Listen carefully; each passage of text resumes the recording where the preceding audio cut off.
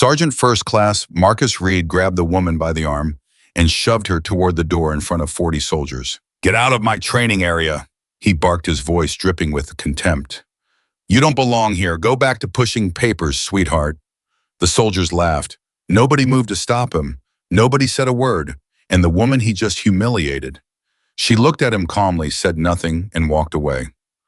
What Marcus Reed didn't know in that moment would cost him everything he had spent 15 years building. If this story hits different for you, subscribe to this channel right now and follow along until the very end. And drop a comment below telling me what city you are watching from. I want to see exactly how far this story travels. The morning started like every other morning at Fort Liberty. Cold, loud, unforgiving. The base stirred before the sun had fully risen. The sound of boots hitting pavement, drill commands cutting through the air, and the low hum of military equipment filling every corner of the installation. Fort Liberty, North Carolina was not a place that welcomed softness. It was a place built on grit, on sweat, on the kind of discipline that separated people who could handle pressure from people who crumbled under it. And Sergeant First Class Marcus Reed believed with every fiber of his being that he was the man who had mastered that distinction. He had been at Fort Liberty for 9 years. 9 years of waking before dawn, 9 years of running soldiers into the ground, 9 years of building a reputation that made people straighten up the moment they heard his name. He wasn't just respected, he was feared. And in his mind, those two things were the same. Marcus Reed stood 6 feet 2 inches tall, with the kind of build that told a story without words. His jaw was always set. His eyes never softened. He walked through the base like a man who owned every inch of it, and in many ways he believed he did. The formal authority might have belonged to the officers above him, but the real power on this base, the day-to-day power, the power that determined whether a soldier's life was manageable or miserable, that belonged to him. He had built that power carefully. Deliberately, he knew which officers were too busy to pay attention to what happened on the training grounds. He knew which complaints would get buried and which ones would float to the surface. He knew how to make an example of someone without leaving any marks that would trigger an official investigation. He had been doing it for years and nobody had ever stopped him. Not yet. That Tuesday morning, Marcus was in the middle of running his training unit through a series of drills that had less to do with military readiness and more to do with reminding everyone who was in charge. He had pulled Corporal Danny Webb out of formation for the 3rd time that week over something trivial.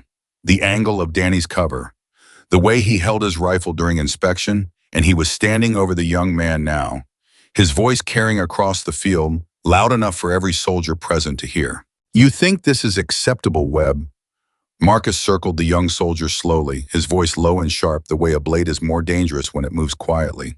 "You think I run this unit so you can show up looking like you got dressed in the dark?" Danny Webb stared straight ahead. He was 22 years old, 9 months into his service, and still learning how to keep his face neutral when everything inside him was screaming. "No, Sergeant," he said evenly. "No, Sergeant," Marcus repeated, mocking the steadiness in Danny's voice. "Look at you, standing there like you think dignity is something you're allowed to keep when you're in my training area." He leaned in close enough that his words were almost a private thing, almost something between just the two of them, except every soldier in formation could see exactly what was happening. "You want to know what dignity looks like in my unit, Webb? It looks like perfection.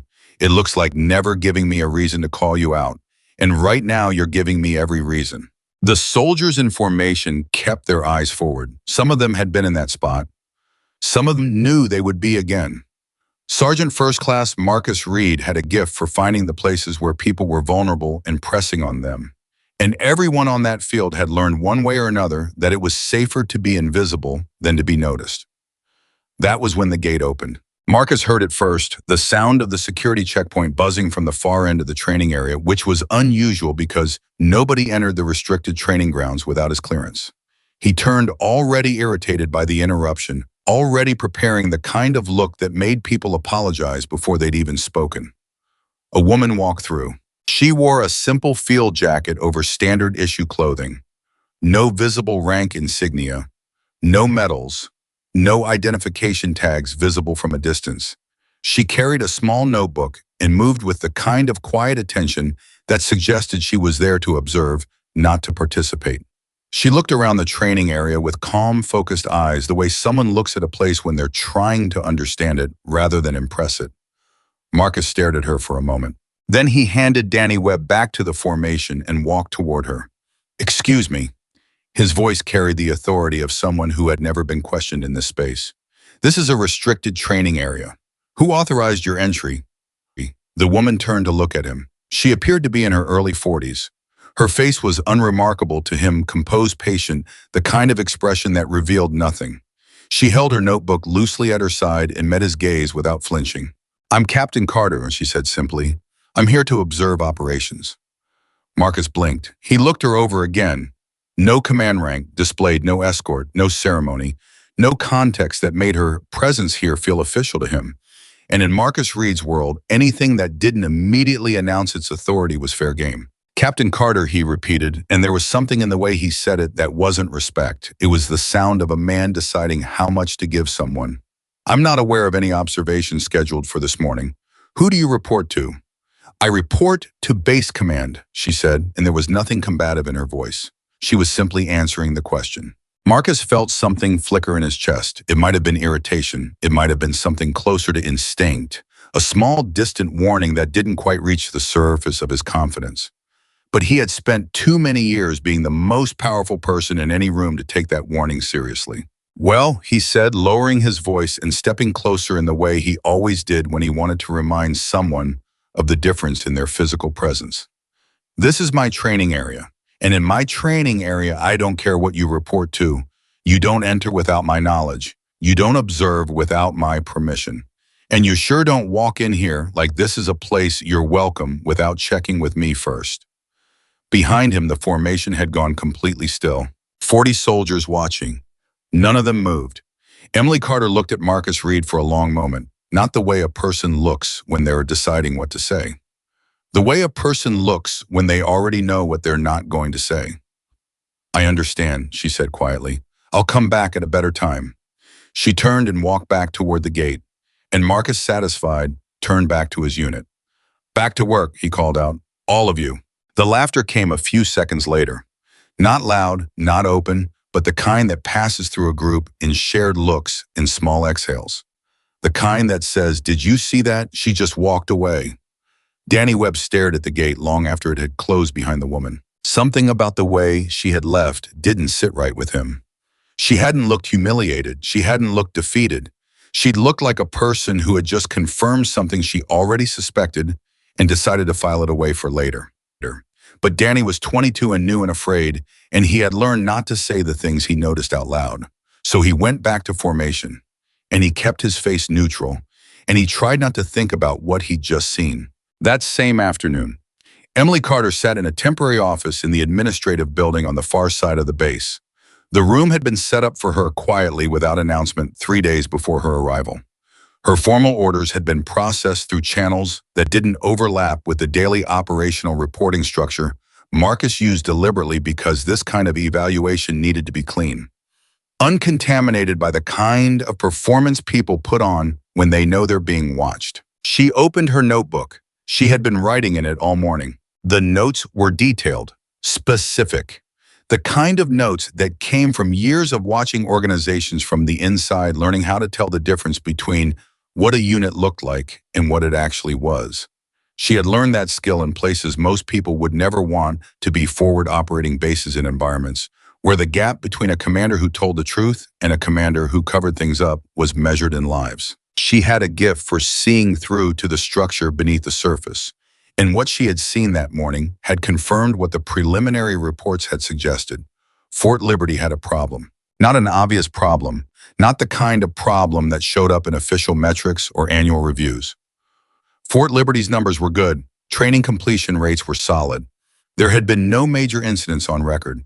On paper, Sergeant First Class Marcus Reed ran one of the tightest units on the installation. But the reports she had reviewed before her arrival told a different story, not in what they said, but in what was absent.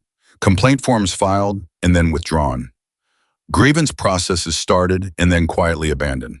Junior soldiers requesting transfers with vague reasons that were approved without follow-up.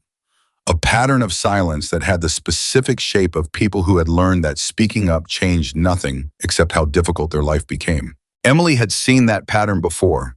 She recognized it the way you recognize a voice you haven't heard in years, not with surprise, but with a kind of heavy familiarity.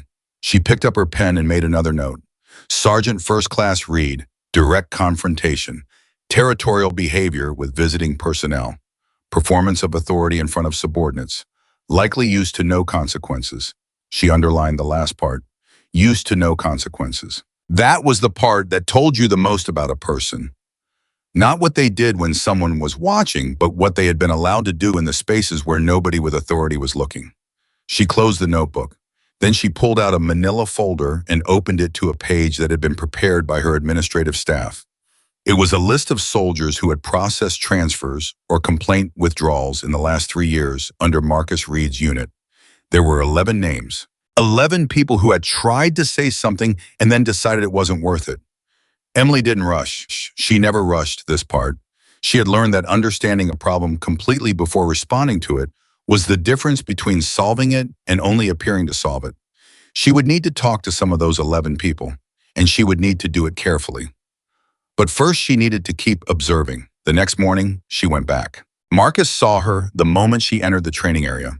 His expression shifted. Something moved across his face that was more than irritation.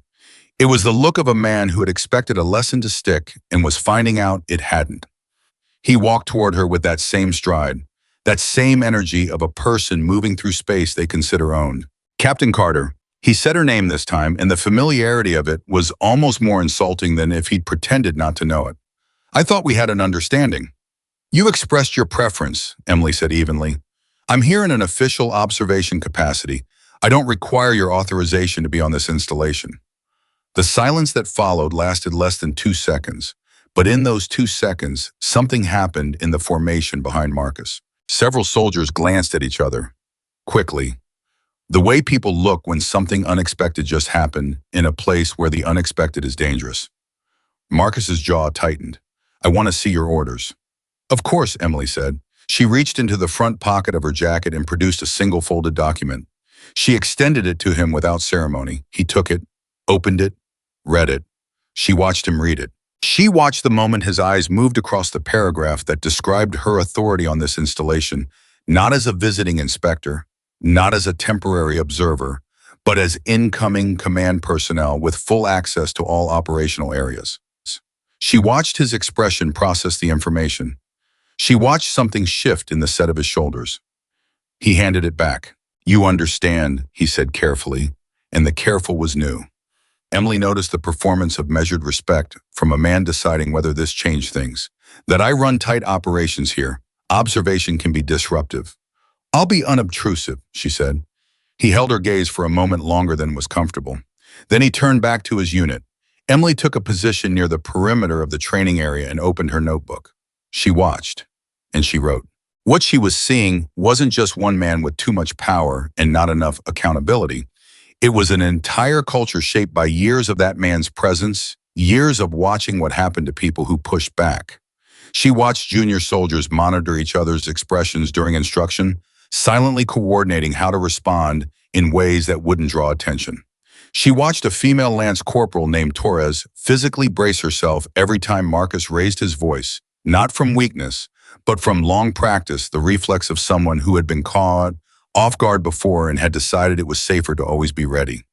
She watched a young sergeant named Okafor correct a subordinate in almost exactly Marcus's tone, almost exactly his cadence, and felt a particular sadness that had nothing to do with judgment because she knew that wasn't Okafor's natural voice.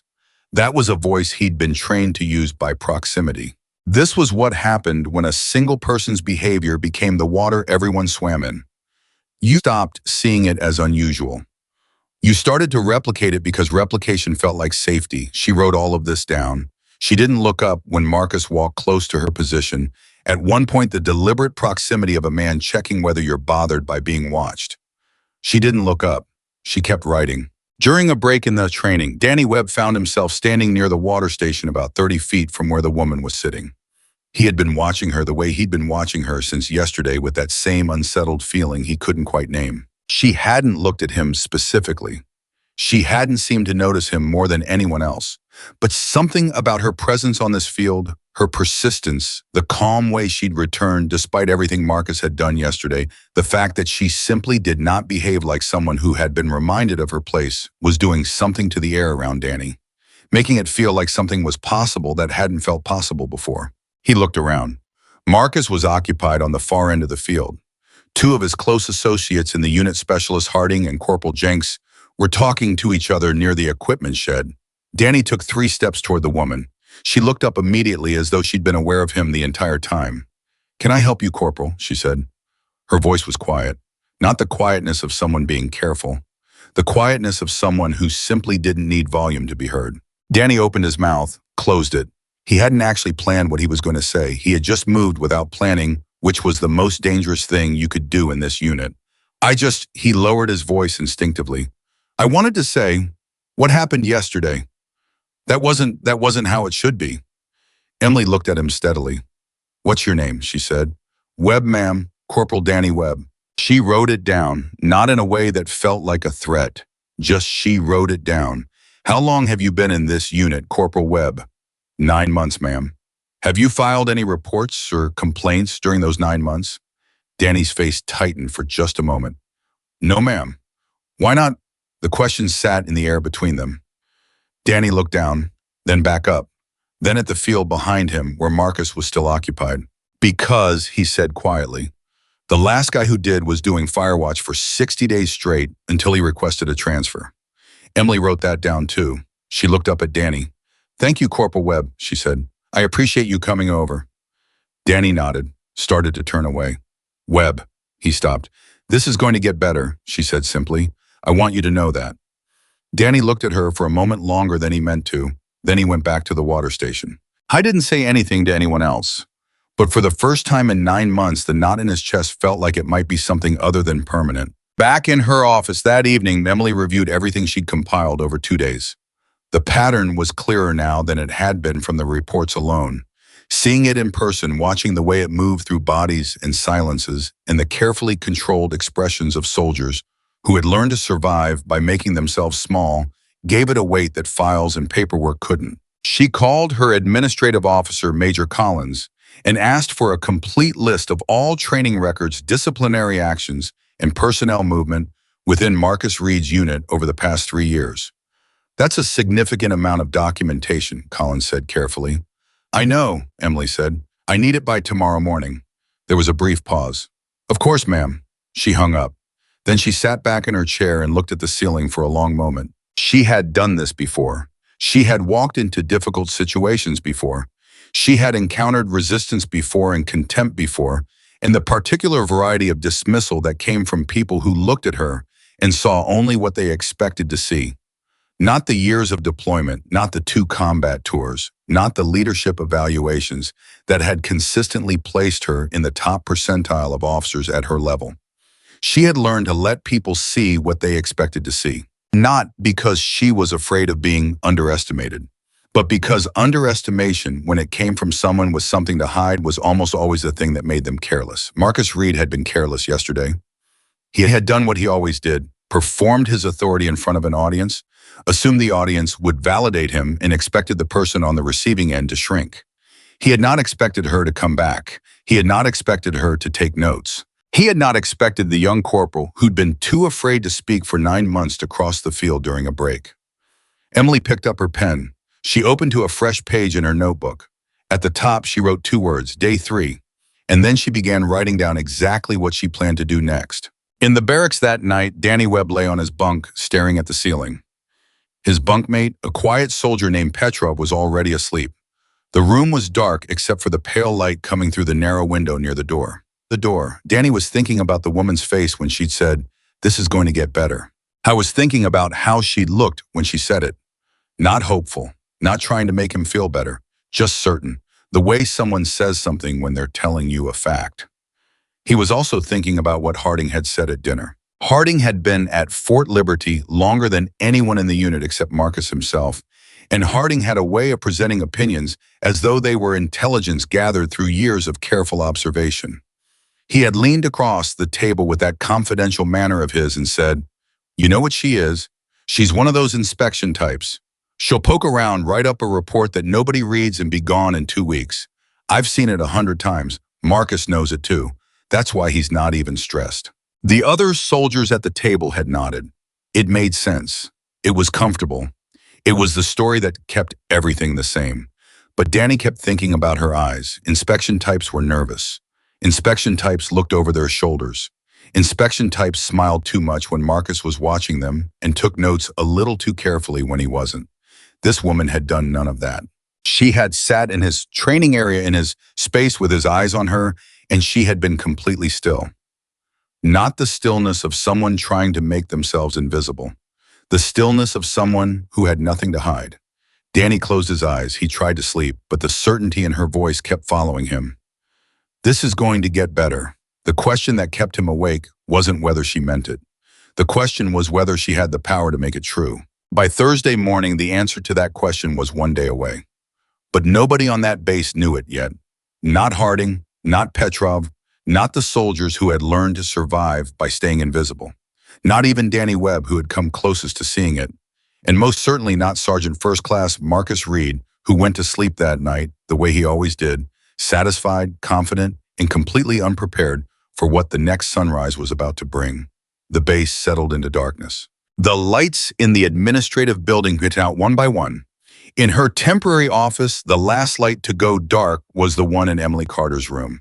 She had been working for 4 hours after everyone else had gone home, and when she finally turned off the light, her notebook was full. Every page, every line, and the morning that was coming would change Fort Liberty in ways nobody standing on that base could yet imagine. The files arrived at 4:47 in the morning. Major Collins had sent them electronically, and Emily had been awake to receive them.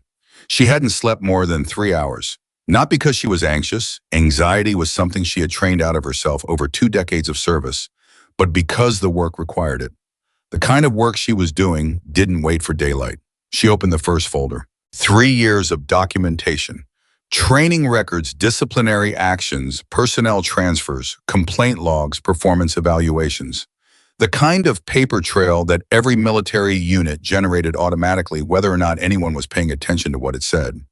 Most people who reviewed this file would have seen a clean unit. Good numbers, consistent performance ratings, a senior NCO with a reputation for producing disciplined soldiers. Emily saw something else entirely. She saw the gaps. Complaint forms that had been filed and then within 72 hours in almost every case withdrawn. Transfer requests submitted without stated cause approved, without follow-up processed with unusual speed. Performance evaluations for junior soldiers that used identical language across different soldiers in different months. The kind of copy-paste sameness that told you someone was going through the motions rather than actually assessing the people in front of them. And buried in the middle of a stack of administrative paperwork from 14 months ago, a formal harassment report that had been initialed by a superior officer stamped, received, and then never processed further. One name appeared on that report. Specialist Angela Torres. Emily set that page aside. She read until 6 in the morning. Then she closed the folders, straightened her uniform, and walked out into the pre-dawn darkness of Fort Liberty. She had one more day of observation before the ceremony. One more day to see this place as it was, rather than as it would become. She intended to use every minute of it. Marcus Reed arrived at the training area at 05:50, which was 10 minutes earlier than required, which was deliberate because arriving before anyone else was one of the ways he reminded the unit that his standards were not minimums. They were baselines, the floor, not the ceiling. He was in a better mood than he'd been in 2 days. The woman Captain Carter had shown up twice, taken her notes, and hadn't done anything. No confrontation, no formal complaint, no officers arriving to ask uncomfortable questions, which meant exactly as Harding had said, she was an inspection type.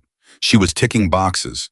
She would write something up, it would go into a file, the file would go into a system, and the system would do what systems did, which was nothing visible. Marcus had seen it before. He had survived it before.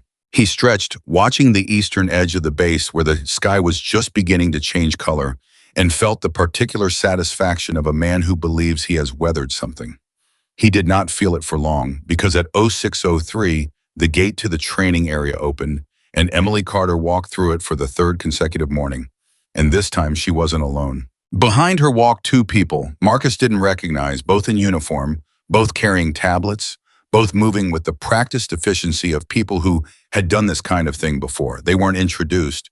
They didn't make eye contact with Marcus. They simply positioned themselves near the perimeter and began documenting. Marcus walked toward Emily with a different energy than he'd brought to the previous 2 mornings. Something careful in his stride now. Something that was working very hard to look like it wasn't careful. "Captain Carter," his voice was level. "I see you've brought company today." "Administrative support," Emily said simply without looking up from her notebook. "I'll need their credentials." "You'll have them before end of day." She looked up then.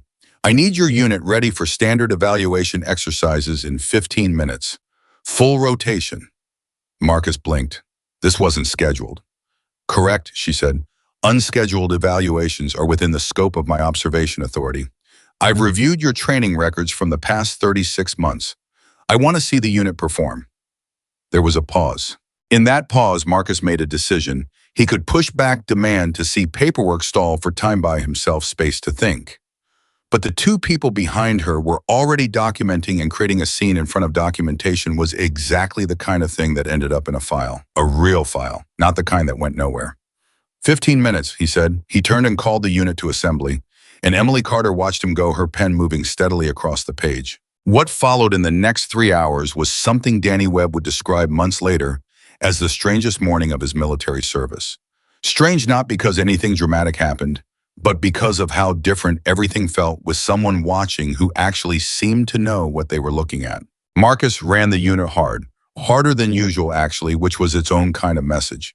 He pushed the physical components, called for precision at every step, and kept his voice at the specific volume and register that had always kept people moving faster than they thought they could.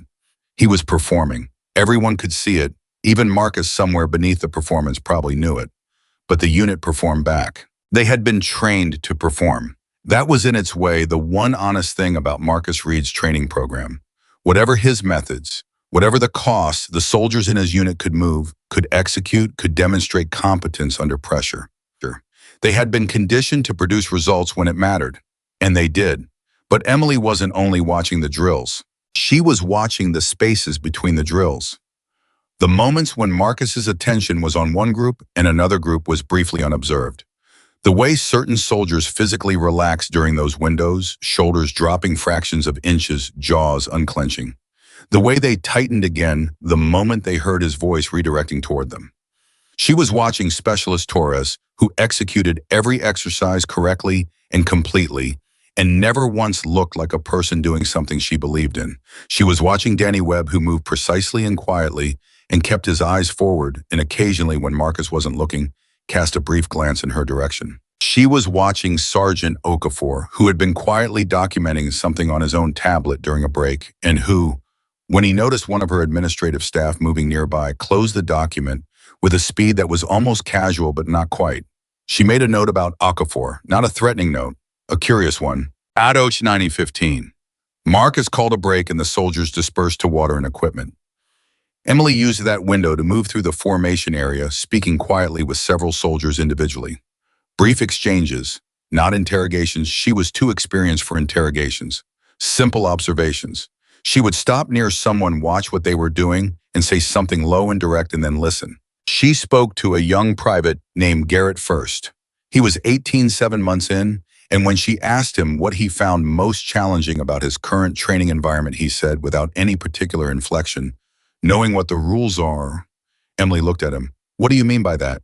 Garrett kept his eyes forward. "The official rules and the actual rules aren't always the same, ma'am." She wrote that down. She spoke to a corporal named Diaz, next a compact woman with careful eyes who had been in the unit for 2 years. Emily asked her what she was proud of.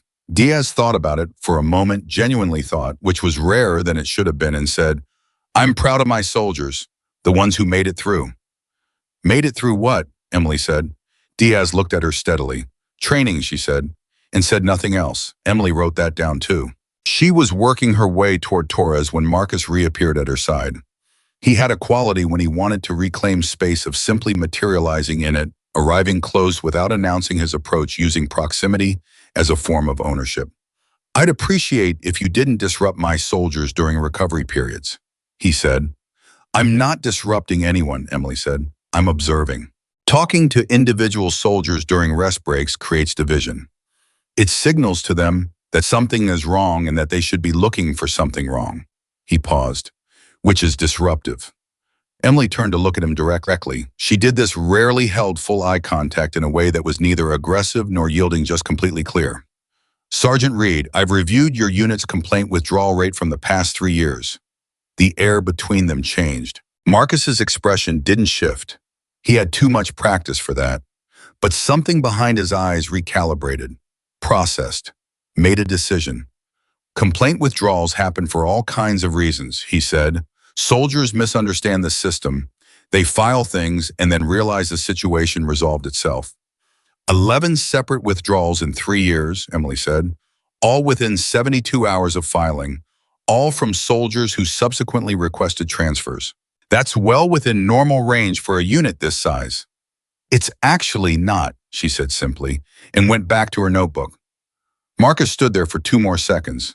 Then he walked away. And 4 feet to Emily's left, Danny Webb, who had heard every word of that exchange, felt something happen in his chest that he didn't have a word for yet. He would find the word later, much later.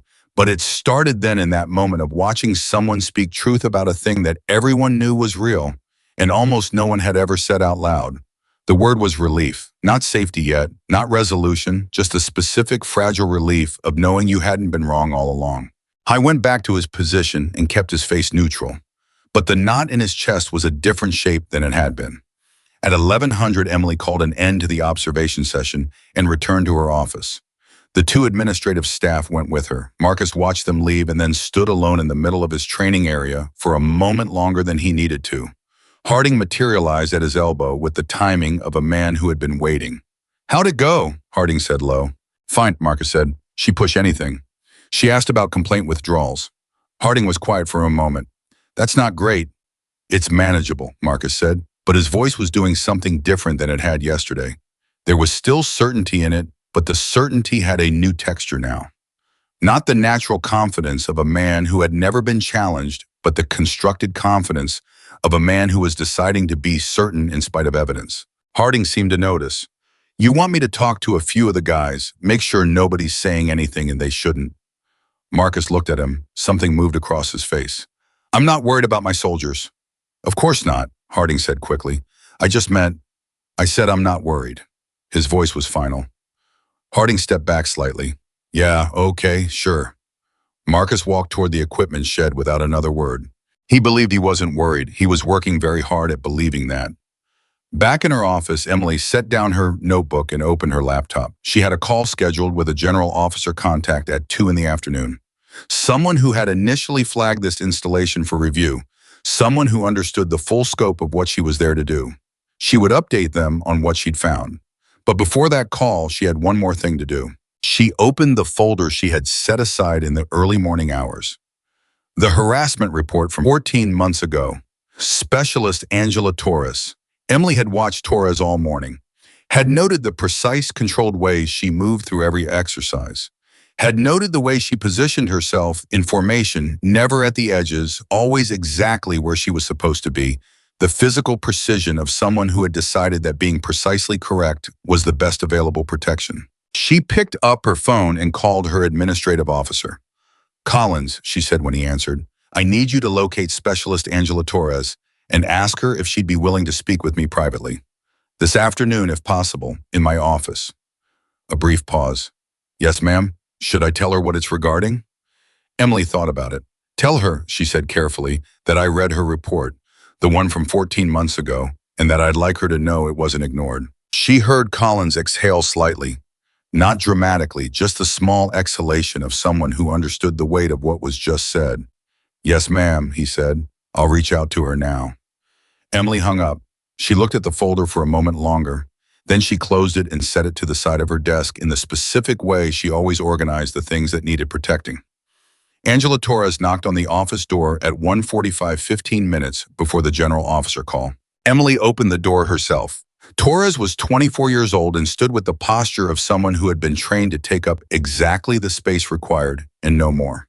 She looked at Emily with the kind of wariness that wasn't personal, it was structural. The wariness of someone who had tried the official systems once and learned something from what happened next. "Come in," Emily said. "Please sit down." Torres sat. Emily sat across from her, not behind the desk, but in the chair beside it, in the way that changed the geometry of the conversation from an interrogation to something closer to a meeting between two people. "I want to be direct with you," Emily said. "I know what you filed, I know what happened to it, and I want to know from you what you'd like me to do with that information." Torres looked at her for a long moment. Her expression went through several things quickly: suspicion first, then something that might have been calculation, then something that was harder to name. "The last person I told," Torres said they would look into it, and then suddenly I was doing every late-night duty assignment available for 6 weeks. "I know," Emily said. "That's in the record too." Torres stared at her. "I'm not here to make promises I can't keep," Emily said. "I'm here to do what should have been done 14 months ago, but I can't do it without your account of what happened." The silence lasted a long time. Then Torres said slowly, "What exactly is your authority here?" It was the right question. It was the question of someone who had learned to check the foundation before building anything on it. Emily answered it directly, fully, without hedging. And as she spoke, she watched Torres's posture change. Not dramatically, not all at once, but degree by degree, the way a structure settles when the ground beneath it stops moving. When Emily finished speaking, Torres looked at the window for a moment. Then she looked back. "Okay," she said, "I'll tell you what happened." And she did. Emily listened for 37 minutes without interrupting. She took notes. She asked 2 clarifying questions, both of them specific and professional. She did not make sounds of sympathy or alarm. She simply received what Torres was telling her with the complete attention of someone who understood that being heard fully and without performance was sometimes the most powerful thing one person could offer another. When Torres finished, she looked drained but different. Lighter in some way, the way people look after they've been carrying something for a long time and have finally been able to put it down in a place that felt solid. "What happens now?" Torres asked. "Now," Emily said, "this becomes part of the official record, a real part, the kind that goes through proper channels and doesn't disappear." She paused. "I'm not going to lie to you and say it's going to be simple. What I can tell you is that you're not going to face any retaliation for speaking with me today. I will guarantee that personally." Torres looked at her steadily. "How?" Emily held her gaze. "Because after tomorrow morning, the person responsible for that retaliation won't have the authority to do it anymore." The silence that followed was different from any silence that had come before in this office. Torres sat with it for a moment. "Tomorrow morning," she repeated slowly. Emily didn't say anything. Torres looked at her with a new expression, something that was working through implications, adding things up, reaching a conclusion, and then checking the conclusion and finding it held. "Who are you?" Torres said. And the question was entirely genuine, not rhetorical, not aggressive, just a person asking another person something real. "Someone who should have been here a long time ago," Emily said. "I'm sorry it took this long." Torres left the office 8 minutes before the general officer call. In the hallway, she stopped walking for a moment. She pressed her back against the wall and stood there breathing. She thought about the past 14 months, the silence she'd maintained, the careful smallness she'd trained herself into, the specific arithmetic she'd done every time she considered speaking up again between what she might gain and what she would certainly lose. She thought about the woman in that office, and she thought about the phrase that was circling in her head like something that couldn't find a place to land. "After tomorrow morning, the person responsible won't have the authority to do it anymore." Tomorrow morning. Torres pushed off the wall and walked back toward the barracks. Her step was different than it had been walking in. She didn't know exactly what was coming. She didn't have all the information. She couldn't see the full picture from where she was standing. But she knew in the specific, wordless way that people know things when their body processes them before their mind does that something was about to break open. And this time when it broke, it was going to break the right way. In the barracks common room that evening, Marcus Reed appeared at an unusual hour. He didn't usually come to the barracks outside of duty hours. It wasn't his style. His preferred method of maintaining control was absence, letting people feel the weight of his potential arrival rather than his actual one. But tonight he came. He moved through the common room, slowly making conversation in that practiced way of his surface warmth layered over a very specific purpose.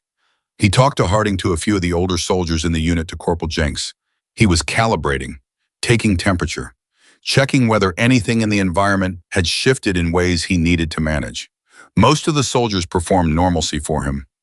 Danny Webb sat in the corner and watched. Marcus stopped in front of him eventually. It was almost casual the way it happened. Marcus simply paused in his movement, turned, and was standing 3 feet away. "Webb," he said. "Sergeant," Danny said. "You've been quiet this week."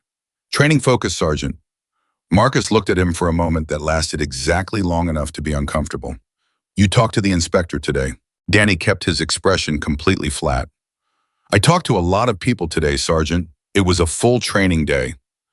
The pause before Marcus spoke again was very small.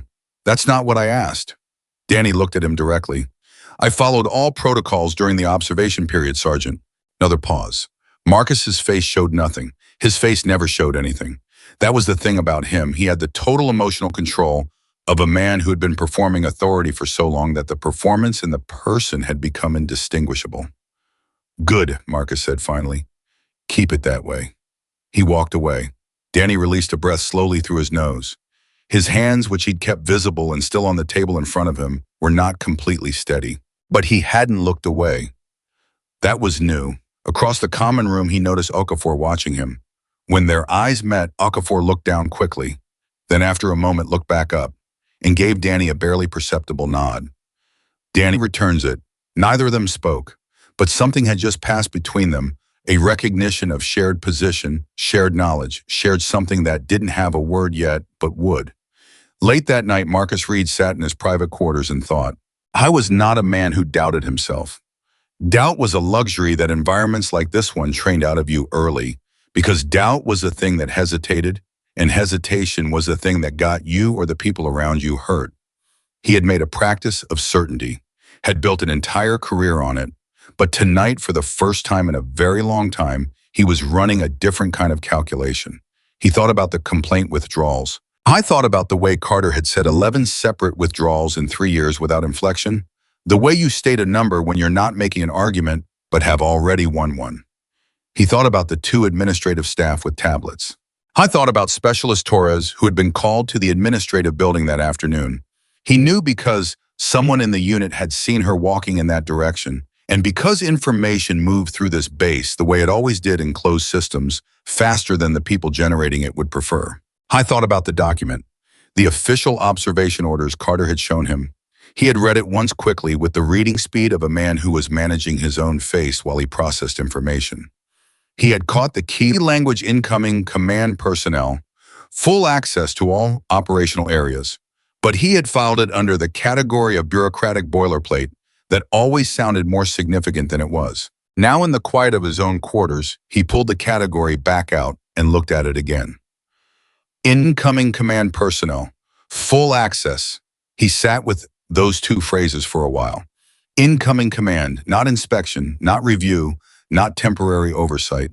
Command. The change of command ceremony was scheduled for tomorrow morning. He had known about the ceremony for 2 weeks.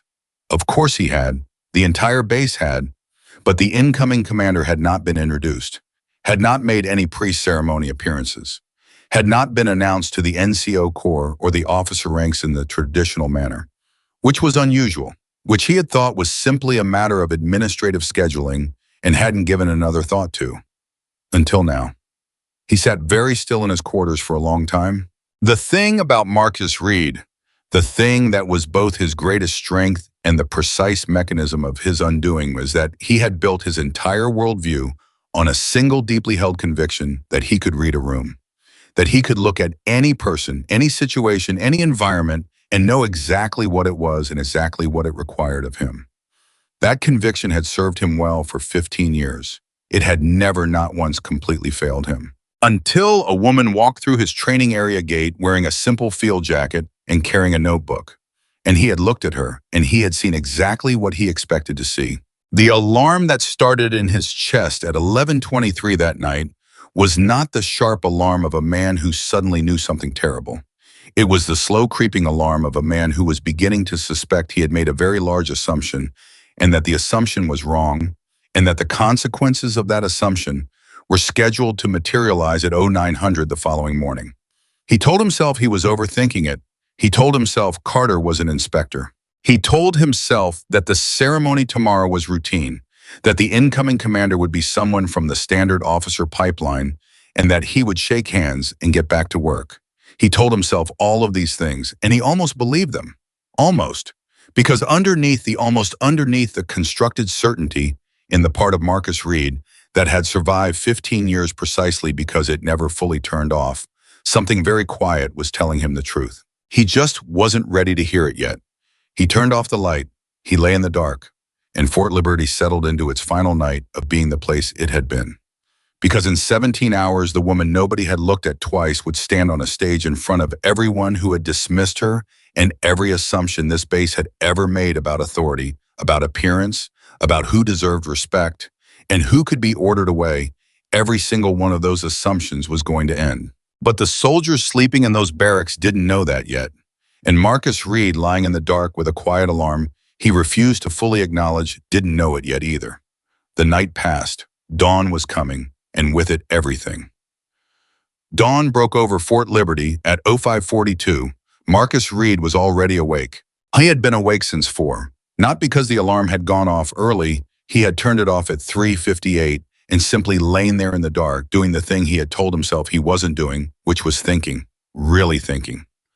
Not the surface-level assessment he'd allowed himself last night before he'd convinced himself everything was fine. The deeper kind, the kind that happened when the performance of certainty finally got too exhausting to maintain, and you let yourself sit with what you actually knew. He rose at 4:20, dressed in the dark, sat at the small desk in his quarters and stared at nothing for a long time. He had made a list in his head. Not written down, he was too experienced for that, but constructed with the same methodical precision he applied to everything. On one side of the list, the reasons Carter was an inspector and nothing more. On the other side, the reasons she wasn't. The second side of the list was longer. He sat with it until 5:30.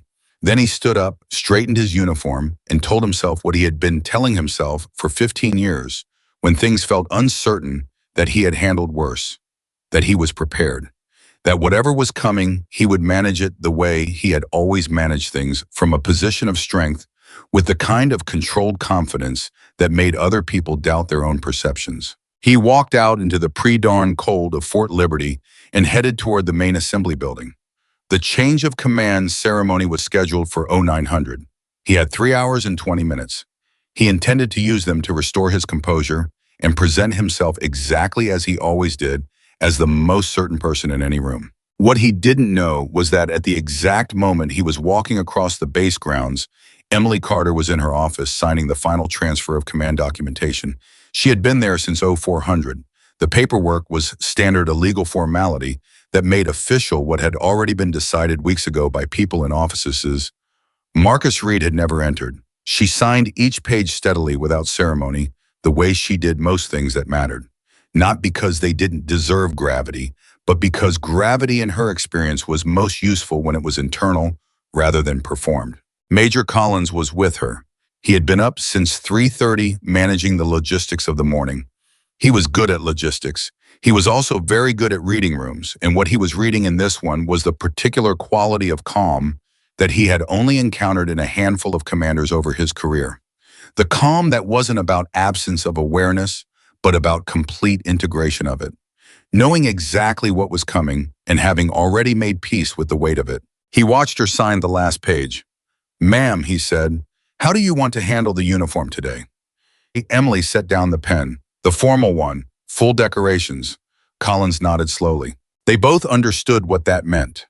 For 3 days, she had moved through this base invisible, not because she was hiding, but because the most accurate information about a place came from seeing it as it actually was, not as it became when it knew it was being evaluated.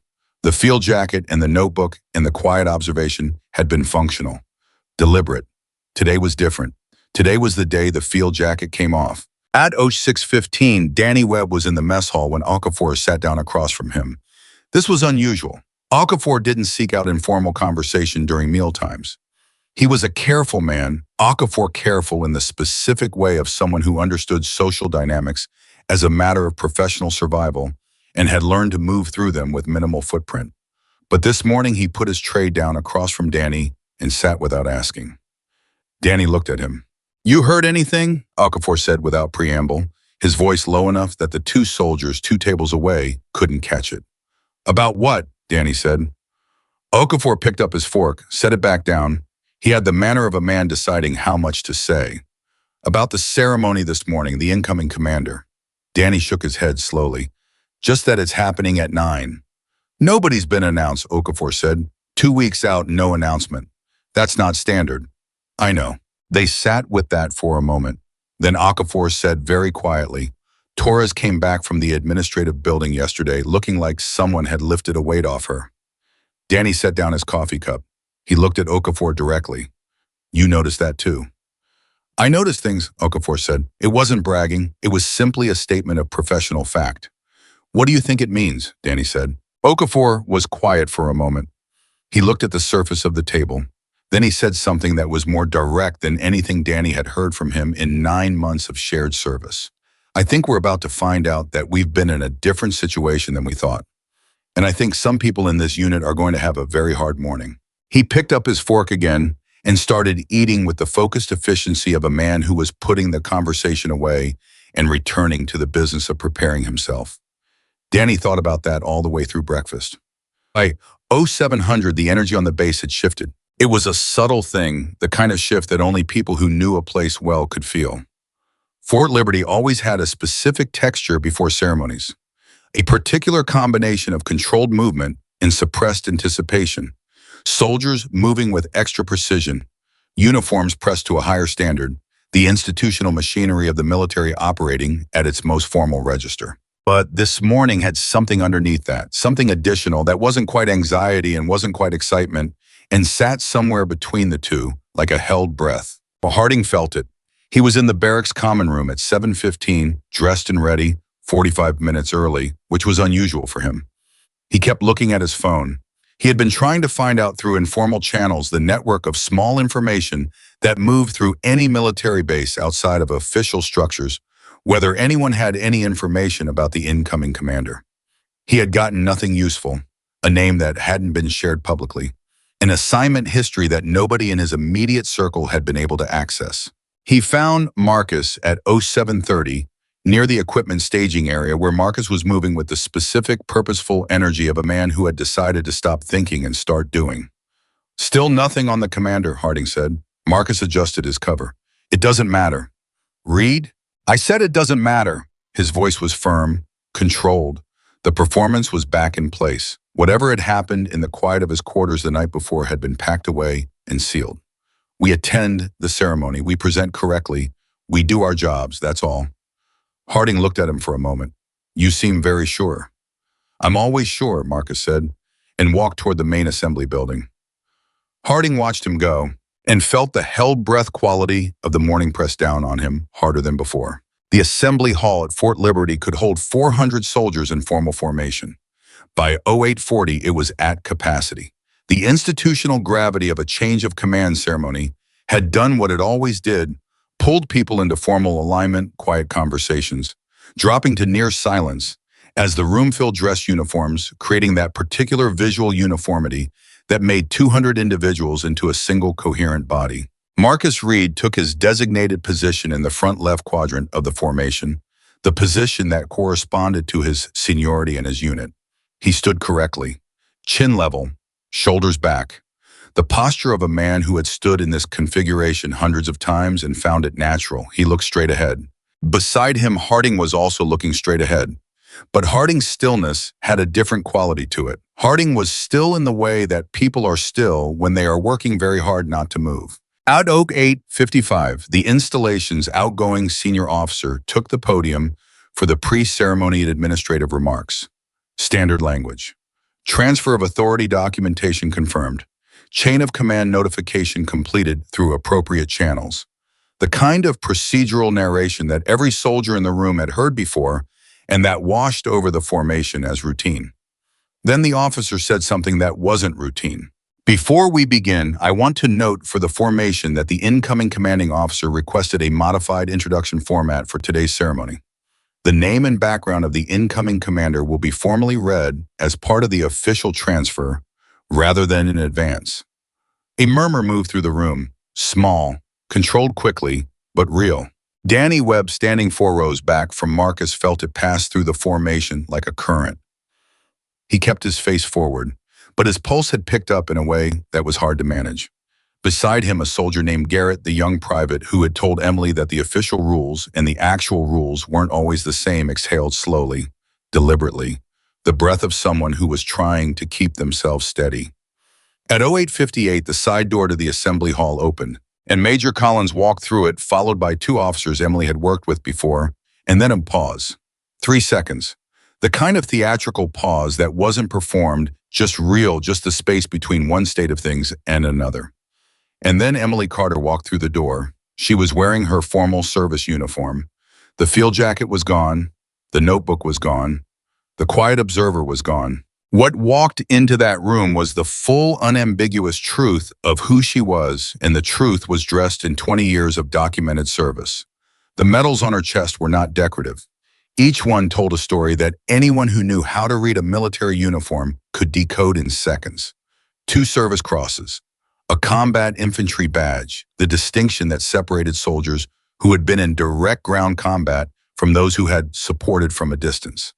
A ranger tab, a row of campaign ribbons from deployments that had taken her to places where failure wasn't a performance evaluation.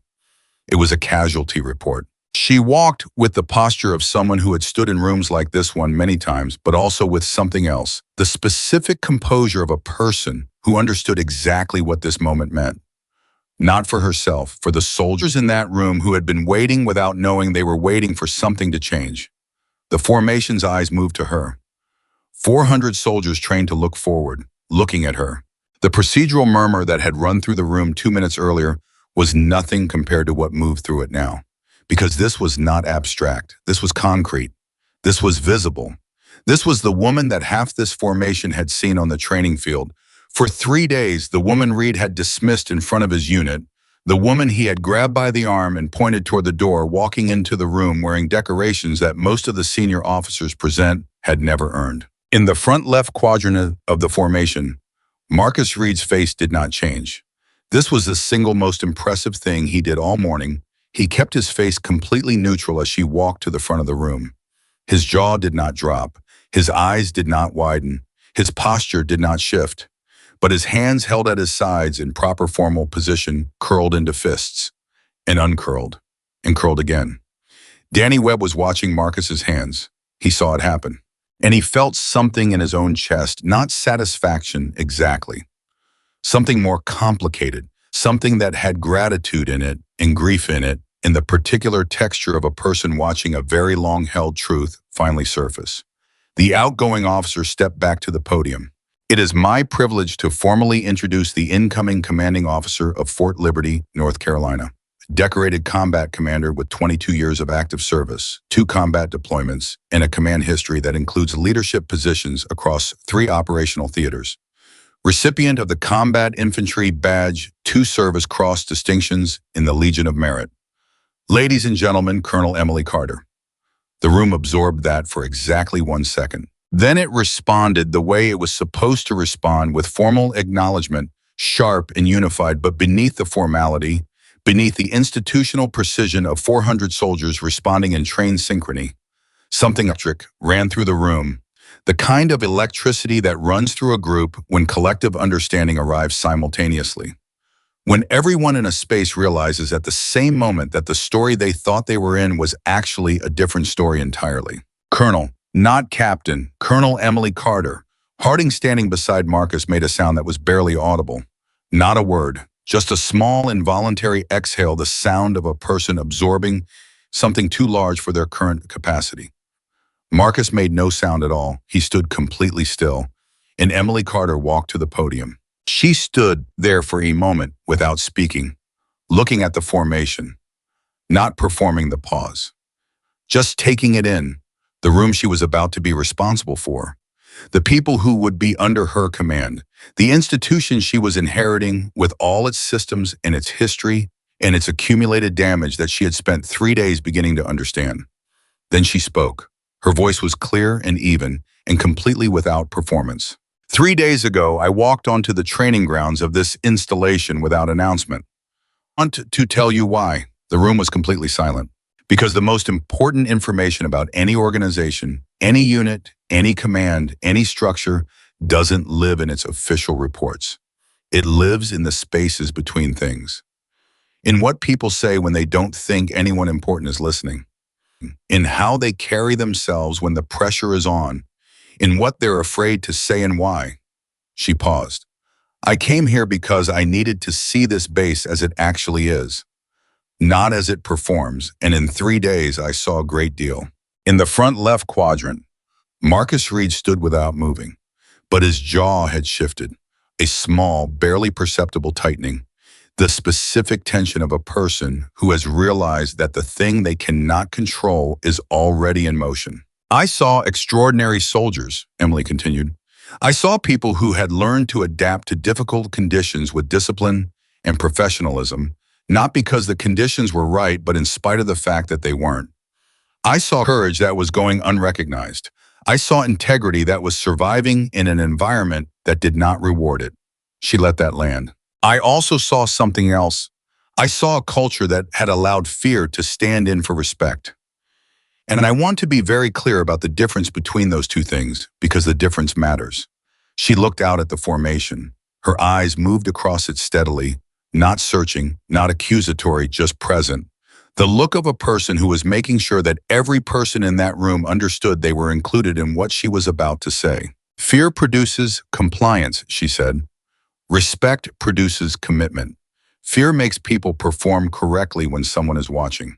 Respect makes people perform correctly when no one is. And this installation, this mission requires people who are committed, not compliant. A soldier in the third row shifted his weight slightly. 2 rows back, Garrett's hands had stopped being completely steady. Danny Webb wasn't breathing. My first priority as commanding officer of Fort Liberty is this, Emily said. We are going to rebuild the trust between leadership and the soldiers in this command. We are going to do it methodically, and we are going to do it completely, and we are going to do it starting today. Not because it will be easy, because it's necessary. She paused for exactly the right amount of time. That is all I have for the formal ceremony. We'll proceed with the official transfer now. The transfer of the guidon, the formal flag that symbolized unit authority, passing from one commander to another, took 4 minutes. 4 minutes of precise military procedure that everyone in the room had seen before and that today felt like something else entirely. Like the ceremony was a hinge, like time was dividing itself into before and after, and the 4 minutes of the guidon transfer were the exact center point. When it was done, Emily stood at the front of the room as the formation's new commanding officer. And then she did something no one expected. She said, Sergeant First Class Marcus Reed, front and center. The silence that followed was the loudest thing Danny Webb had ever heard in his life. He watched Marcus's face process the command. He watched the moment he would remember this moment for the rest of his life, when Marcus's constructed certainty finally completely gave way. It didn't collapse dramatically. It was more like watching a structure that had been holding tension for a very long time slowly admit that the tension had become too much. Something behind Marcus's eyes changed. Not broke, changed. The way iron changes when the temperature finally reaches its limit. Marcus stepped out of formation. He walked to the front of the room. He stood before Emily Carter with the posture of a man who still had every muscle under control, who was still performing correctness, because correctness was the only thing left that felt like ground. He stood at attention. Sergeant Reed, Emily said, and her voice was measured and clear. You are to report to my office at 1300 today for a formal administrative meeting. At that meeting, you will be informed of the formal review process that is being initiated regarding the conduct of your command over the past 3 years. You are not being removed from duty at this time. You are being notified that a formal process is underway. She held his gaze. Do you understand? A pause. 1 second. 2. Yes, ma'am, Marcus said. His voice was level. It was the last truly controlled thing about him in that room. Return to formation, she said. He turned. He walked back. And 400 soldiers watched him take his place in the front left quadrant, and the room settled back into its formal posture, and the ceremony proceeded through its remaining procedural requirements. But everything had changed. Everyone in that room knew it. Even Marcus knew it, especially Marcus. During the dismissal, the formation broke and soldiers began moving toward their respective duty stations and assignments. The normal post-ceremony movement of a large group organized dispersal conversations, starting up the loosening of formal posture that happened the moment official proceedings ended. But the normal quality of that dispersal was missing this morning. People moved differently, quietly, with a specific quality of a group that had witnessed something they were still processing. Conversations that started got cut short. Small groups formed and then broke apart before they'd found what they were trying to say. Danny Webb found Torres in the movement. She was walking toward the side exit, and her expression was doing several things at once, holding back something, processing something, containing something that was too large for the particular moment. He fell into step beside her. He didn't say anything at first, just walked with her for a few seconds, which was itself a thing. The decision to be alongside a person without agenda, just presence. Then Torres said without looking at him, she called him out in front of everyone. Yeah, Danny said. She didn't yell. She didn't accuse him of anything in public. Torres paused. She just made him stand in front of the room and told him there was a process, and everyone knew what that meant. It meant she already knows, Danny said. Torres nodded slowly. She already knows. They walked for a few more steps in silence. Then Torres said something that Danny would carry with him for years. I filed that report 14 months ago, and I thought nothing would ever happen. And then she walked in, and 3 days later, she stopped, steadied herself. Her voice had gotten tight for just a moment, and she was pulling it back with visible effort. 3 days. Danny looked at her. He didn't say anything, because there was nothing to say that was bigger than what she had just said. Sometimes the right response to something important is simply to let it be as large as it is. They reached the side exit and parted without ceremony. But the thing that had passed between them in those few seconds, the recognition of shared experience, the beginning of understanding that something had fundamentally shifted, that stayed. Harding was waiting for Marcus outside the assembly hall. On had the expression of a man who had been rehearsing something and wasn't sure it was the right thing anymore. He looked at Marcus with something between his usual confidence and something more uncertain and said, Reed, listen. Don't, Marcus said. His voice was flat, not angry, just closed. I'm just saying we should probably... There's nothing to coordinate, Marcus said. There's nothing to get ahead of. It's a formal review process. I'll comply with it. He looked at Harding directly for a moment, and what was in his eyes was not the authority that had always been there. It was something older and harder to look at. Go do your job, Harding. Harding opened his mouth, closed it, and walked away without saying whatever he had prepared. Marcus stood alone outside the assembly hall for 3 minutes. I didn't look around. He didn't check who was watching. He just stood there in the thin morning light with the particular stillness of a man who is taking inventory of everything he thought he had and discovering the number is different than he believed. He thought about the woman who had walked through his training area gate 3 days ago. He thought about the look on her face when he had told her she didn't belong there. He thought about the moment she had turned and walked away. Hyatt believed that was a victory. He understood now that it was the beginning of an end, not hers, his. And the thing that sat with him, the thing that he would spend a very long time trying to understand, was not the professional consequence of what was coming. He was a soldier. He understood consequence. He could accept accountability. What sat with him, what he couldn't immediately categorize or file away, was the specific quality of the way she had stood in that room this morning. She hadn't looked at him with triumph. She hadn't looked at him with satisfaction. She had looked at him the way a doctor looks at a patient, with the specific clarity of someone who understands the nature of the problem and is focused entirely on the work of addressing it. Not personal, not punitive, just necessary. And that in its way was harder to hold than anger would have been, because anger he could push back against. This he had no answer for. At 11:40, Emily sat in her office, her permanent office, now the commanding officer's office that had been prepared for her occupancy, and that she was sitting in for the first time without a temporary designation attached to her name. Major Collins brought her a coffee. She looked at it for a moment, then at him. "How is the formation responding?" she asked. Collins thought about it. "Processing it," he said. "Some people are relieved, some are scared about what the review is going to surface. Some are waiting to see what happens next." "That's appropriate," she said. "All of those are appropriate responses." She looked at the coffee, picked it up. "Collins," she said, "get me the names of every soldier in Reed's unit who requested a transfer in the past 3 years and was granted one. I want to know where they went, and I want to know if any of them would be willing to speak to the review board." Collins wrote it down. "Yes, ma'am."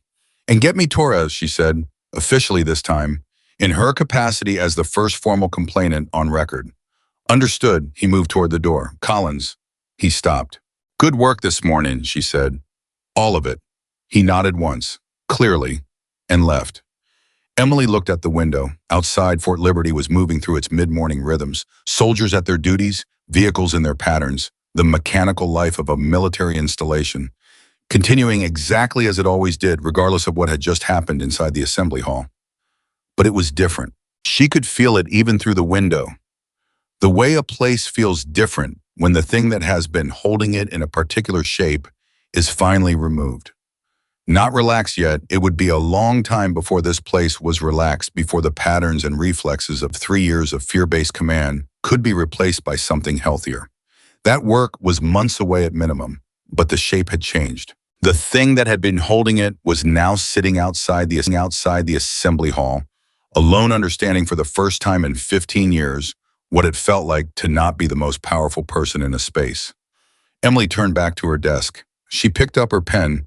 She opened a fresh notebook, not the observation notebook, which was now an official document, but a new one, a working one, the notebook that would accompany her through the actual work of this command.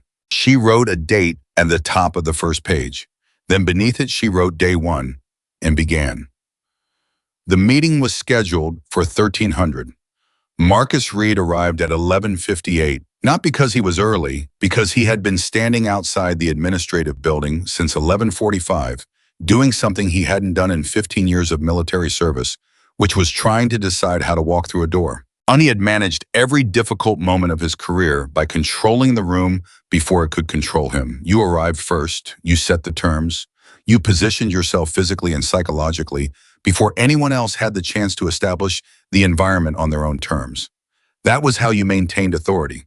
That was how you stayed ahead of whatever was coming. But this morning had changed the geometry of everything, and he was standing outside a building that was no longer a place he could set the terms for, trying to remember how to simply walk in as a man rather than as a force. He walked in at 11:59. The administrative assistant at the front desk directed him to a waiting area outside the commanding officer's office. He sat, he straightened his cover on his knee. He kept his back straight and his hands still, and his expression exactly neutral. Where he had trained himself to appear in all situations where appearance was the only thing left he controlled. He waited. At 12:47, Collins opened the inner office door. "Sergeant Reed, the colonel will see you now." Marcus stood, adjusted his uniform once, walked in. The office was the same room he had walked into hundreds of times under the previous commander. Same walls, same layout, same window. But it felt different in a way he couldn't fully account for, not because anything physical had changed, but because the person sitting behind the desk had changed it by simply being the person she was. Emily Carter looked up from the document she was reviewing. She didn't stand. She didn't perform anything. She simply looked at him with that same clear, unhurried gaze. "Sit down, Sergeant Reed," she said. He sat. Collins was present, positioned to the side with a tablet for documentation. 2 other officers sat against the wall. The review board representatives, Marcus understood. This was already formal, already on record. Emily set down the document. "I'm going to tell you what this meeting is and what it isn't," she said. "This is not a hearing. This is not a disciplinary proceeding. This is an administrative notification meeting, which means its purpose is to inform you formally of the scope and timeline of the review that is being initiated. You'll have full opportunity to respond to specific findings when those findings are presented through official channels. Do you understand that?" "Yes, ma'am," Marcus said. "Good." She opened a folder. "The review covers a 3-year period. It includes training record documentation, personnel movement patterns, formal complaint filings, and subsequent withdrawal rates and the accounts of current and former soldiers who have agreed to participate in the review process. She looked up. 14 soldiers have agreed to speak to the review board. 3 of them are former members of your unit who transferred out. 11 are currently assigned here. 14. Marcus heard the number and felt it land somewhere in his chest that he hadn't expected it to reach, not because of the legal implications, though those were significant, because 14 meant that the silence he had maintained through 15 years of careful pressure had not been actual silence. It had been the sound of people waiting for a moment when speaking was worth the risk. He had spent 15 years making sure that moment never came. It had come in 3 days. "Sergeant Reed," Emily said, "I want to ask you something directly, and I want you to understand that your response in this meeting is not part of the formal record.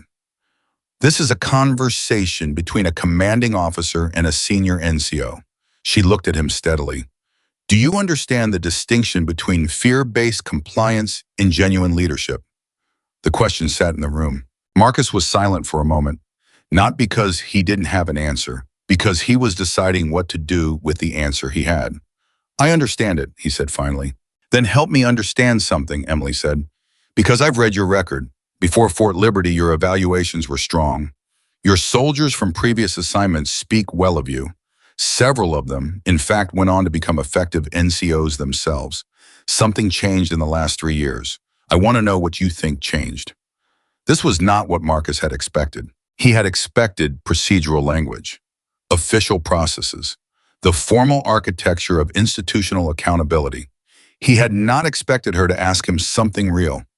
He looked at her, for the first time in the entire week, for the first time since she had walked through his training area gate. He looked at her without the layer of assessment and categorization and performance. He just looked. "I think," he said slowly, "that somewhere along the way I stopped measuring success by what my soldiers could do and started measuring it by whether they would do what I said." The room was very quiet. "There's a difference," he said, and the way he said it was different from anything he had said in days. It was the voice of someone not performing certainty, but actually processing something. "I know there's a difference. I knew it when it was happening.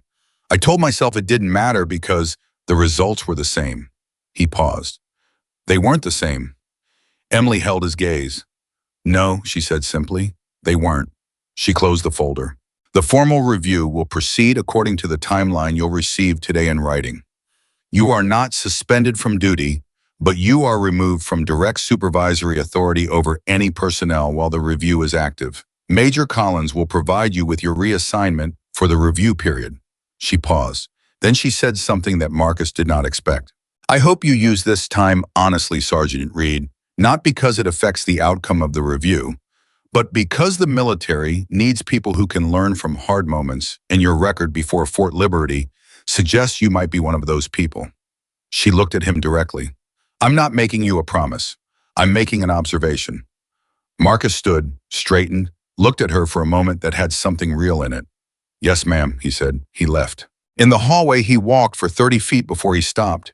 He stood with his back to the wall and breathed, not dramatically, not visibly to anyone passing. He just stood and breathed and let the last hour finish settling through him. The thing that was settling was not what he'd expected. I had expected anger. He was good at anger. It was a familiar tool, something he could pick up and work with. He had expected defensiveness, the professional reflex of a man whose position was being challenged.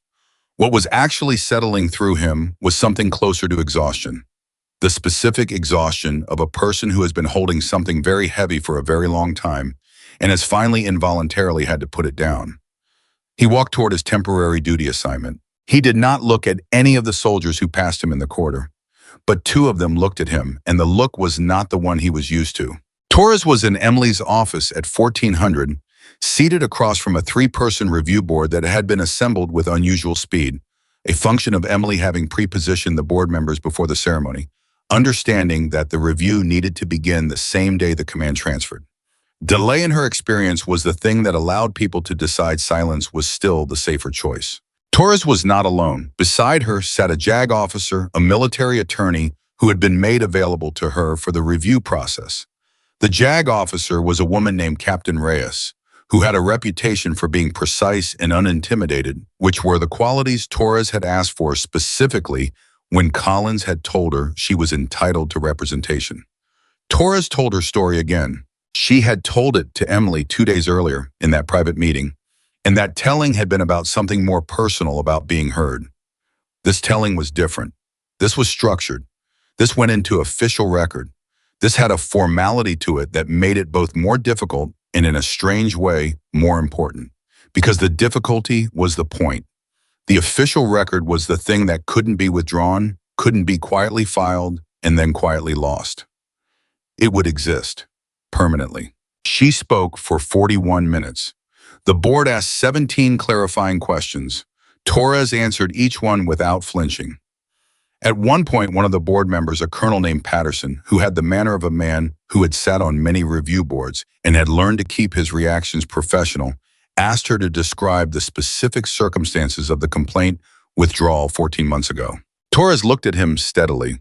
I was told by the officer who received my initial complaint that the process would take time and that in the meantime I should be prepared for increased duty assignments as, quote, an adjustment period. He used those exact words. Patterson looked up from his notes. He described retaliation as an adjustment period. Yes, sir, Torres said. The room was quiet for a moment. Thank you, Specialist Torres, Patterson said. His voice was careful and professional, but something had moved in his expression, something that had not been there at the start of the meeting. After Torres left, Collins knocked on the inner office door and found Emily reviewing her own notes from the morning. 2 more soldiers have agreed to participate, he said. Corporals Martinez and Kim. They heard the call went out and reached out proactively. Emily looked up. Proactively, she repeated. Yes, ma'am. Collins paused. Martinez said he'd been waiting for someone to ask. Emily set her pen down. She sat back in her chair. It always hit her at moments like this. Not during the high-pressure procedural work, not during the confrontations or the formal meetings, but in the small subsequent moments when the evidence of accumulated silence became visible. Someone who had been waiting for someone to ask. Someone who had been carrying a thing for 14 months or 9 months or 3 years and had simply needed the environment to change enough that speaking felt survivable. Set it up, she said. Both of them, tomorrow morning. Collins nodded. Before he could leave, she said, Collins, what's the temperature in the NCO Corps right now, honestly? Collins thought about it. He was one of those people who took honesty seriously enough to actually be quiet before speaking, rather than filling the space with an immediate reassuring answer. Emily had selected him partly for that quality. Divided, he said, some of the senior NCOs who were close to Reed are worried about what the review surfaces and what it means for them. Some of them don't have direct exposure but are concerned about the tone, whether this becomes an environment where authority itself is undermined rather than specifically problematic authority. That's a legitimate concern, Emily said. Yes, ma'am. I need to speak to the senior NCO Corps directly. Informally, not a formal briefing. A conversation. She paused. Set it up for tomorrow afternoon after the morning sessions. How many people are we talking about? Whoever needs to be there, she said. You'll know. At 1600. Danny Webb was in the unit's administrative workspace reviewing training schedules, a task that had become, in the aftermath of the morning's events, both routine and entirely surreal. The strange experience of doing ordinary things inside an extraordinary day. Okafor appeared at the door. He walked in without particular drama, which was entirely characteristic, and sat down across from Danny in a way that made it clear this was a conversation rather than a passing interaction. I talked to the board, Okafor said. Danny looked at him. Today, an hour ago. Okafor set his hands flat on the table, a gesture that had a kind of steadying quality to it. They reached out through Collins, asked if I was willing to speak. I said yes. Danny was quiet for a moment. What did you tell them? Everything I documented, Okafor said. I've been documenting things for 14 months. Incidents, dates, specific language. He paused. I didn't know what I was going to do with it. I knew someone was going to need it eventually. I didn't know when. Danny stared at him. You had documentation for 14 months. Yes. Why didn't you file it? Okafor looked at him with the level expression of a man who had asked himself the same question many times and had found an answer that he wasn't entirely proud of. Because filing it alone felt like standing in front of a train, he said. I needed to know the train could be stopped before I stood in front of it. He paused. This morning told me the train could be stopped. Danny leaned back in his chair. I thought about Torres standing in front of the review board. He thought about Martinez reaching out proactively. He thought about Garrett, who had told Emily that the official rules and the actual rules weren't always the same, and who had been 18 years old when he said it, which meant he had arrived here already understanding that truth in a way that said something about where he had come from. I should have done more, Danny said quietly. Okafor looked at him directly. You did what you could. It wasn't enough. No, Okafor said. It wasn't, but you did what you could in the environment that existed. The environment is different now. He paused. What you do from here is what matters. Danny looked at the training schedule on the table in front of him. He looked at the names on it, the 42 soldiers in the unit who had been moving through their days in the specific managed way of people operating inside a pressurized system. What happens to the unit, he said, while Reed is out, while the review is going on? Who runs it? Collins said they're appointing a temporary senior NCO from outside the unit. Okafor said, someone who doesn't have existing relationships here. Clean position. Danny nodded slowly. That makes sense. It does. Okafor stood. Webb, she asked about you. Danny looked up sharply. Who did Colonel Carter? Okafor held his gaze. Collins mentioned that you were the first soldier to approach her on the training field, that you crossed the field during a break and spoke to her when she was being watched. Danny felt something shift in his chest. I just told her what happened. You were the first one, Okafor said. That's not a small thing. He walked out. Danny sat alone in the administrative workspace for several minutes after that, looking at the training schedule and not seeing it, thinking about what Okafor had said. You were the first one. I thought about what that had cost him, the anxiety of crossing that field, the way he'd felt Marcus's eyes on him without being able to see them, the specific quality of the moment after when he'd walked back to the water station and not known whether he'd just done the right thing or the most dangerous thing. He thought about the woman's face when he had said, what happened yesterday? That wasn't how it should be, and she had written his name down, just written it down. Like it mattered, like he mattered. He was 22 years old and 9 months into his service, and he had walked onto a training field and told a truth to a person he had hoped might have the power to act on it. He had done it without knowing who she was, without knowing whether it would change anything, without any guarantee except the quality of her eyes when she'd said, this is going to get better. He reached forward and picked up the training schedule. He started working. At 18:30, Emily sat in a conference room with 7 senior NCOs from across the installation. Not just Reed's unit, the broader senior NCO Corps, the people who ran the practical daily operations of Fort Liberty beneath the officer layer. She had asked Collins to keep the meeting informal. No formal seating arrangement, no PowerPoint, no prepared remarks from anyone. Just chairs in roughly a circle and the specific kind of conversation that could only happen in a setting that didn't feel like a performance. She started with a question. Tell me what you think just happened today, she said. Not officially. Tell me what you actually think. The room was quiet for a moment. Then a master sergeant named Briggs, a 20-year veteran with a face that looked like it had processed a great deal of hard information over 2 decades and come out the other side, honest said, people think there's a reckoning coming. For Reed specifically, Emily said. For anyone who ran things the way he ran them, Briggs said. Is that how you ran things? Briggs looked at her steadily. No, ma'am, it isn't. Then you don't have anything to be afraid of, she said simply. I want to be direct about this because I think there's a version of this conversation where people leave more anxious than they arrived, and that's not useful. I am not conducting a purge. I am not establishing a new standard that punishes authority. I am investigating specific documented patterns of specific misconduct by specific individuals. She paused. What I am establishing, what will be the standard going forward, is accountability, which means if you make a decision in good faith and it goes wrong, we address it through development. If you make a decision that harms the people under your command and you know what you're doing while you're doing it, that's different. A staff sergeant named Holloway, who had been listening with the careful attention of someone who had a very specific stake in what was being said, spoke up. Ma'am, what about people who knew about Reed's conduct and didn't report it? The room shifted slightly. Several people looked at Holloway. Several people looked at Emily. Emily looked at Holloway directly. Are you asking that question for yourself or for someone else? Holloway held her gaze. For myself, ma'am. How long did you know? Emily said, a long pause. About a year. The room was very still. Did you try to address it in any way during that year? She said. Holloway thought about it. I told Harding I thought Reed was running things too hard. Harding told me Reed's numbers were good, and that was what leadership cared about. Emily looked at him for a moment. Thank you for telling me that. Both the fact of knowing and the fact that you tried to raise it informally. She paused.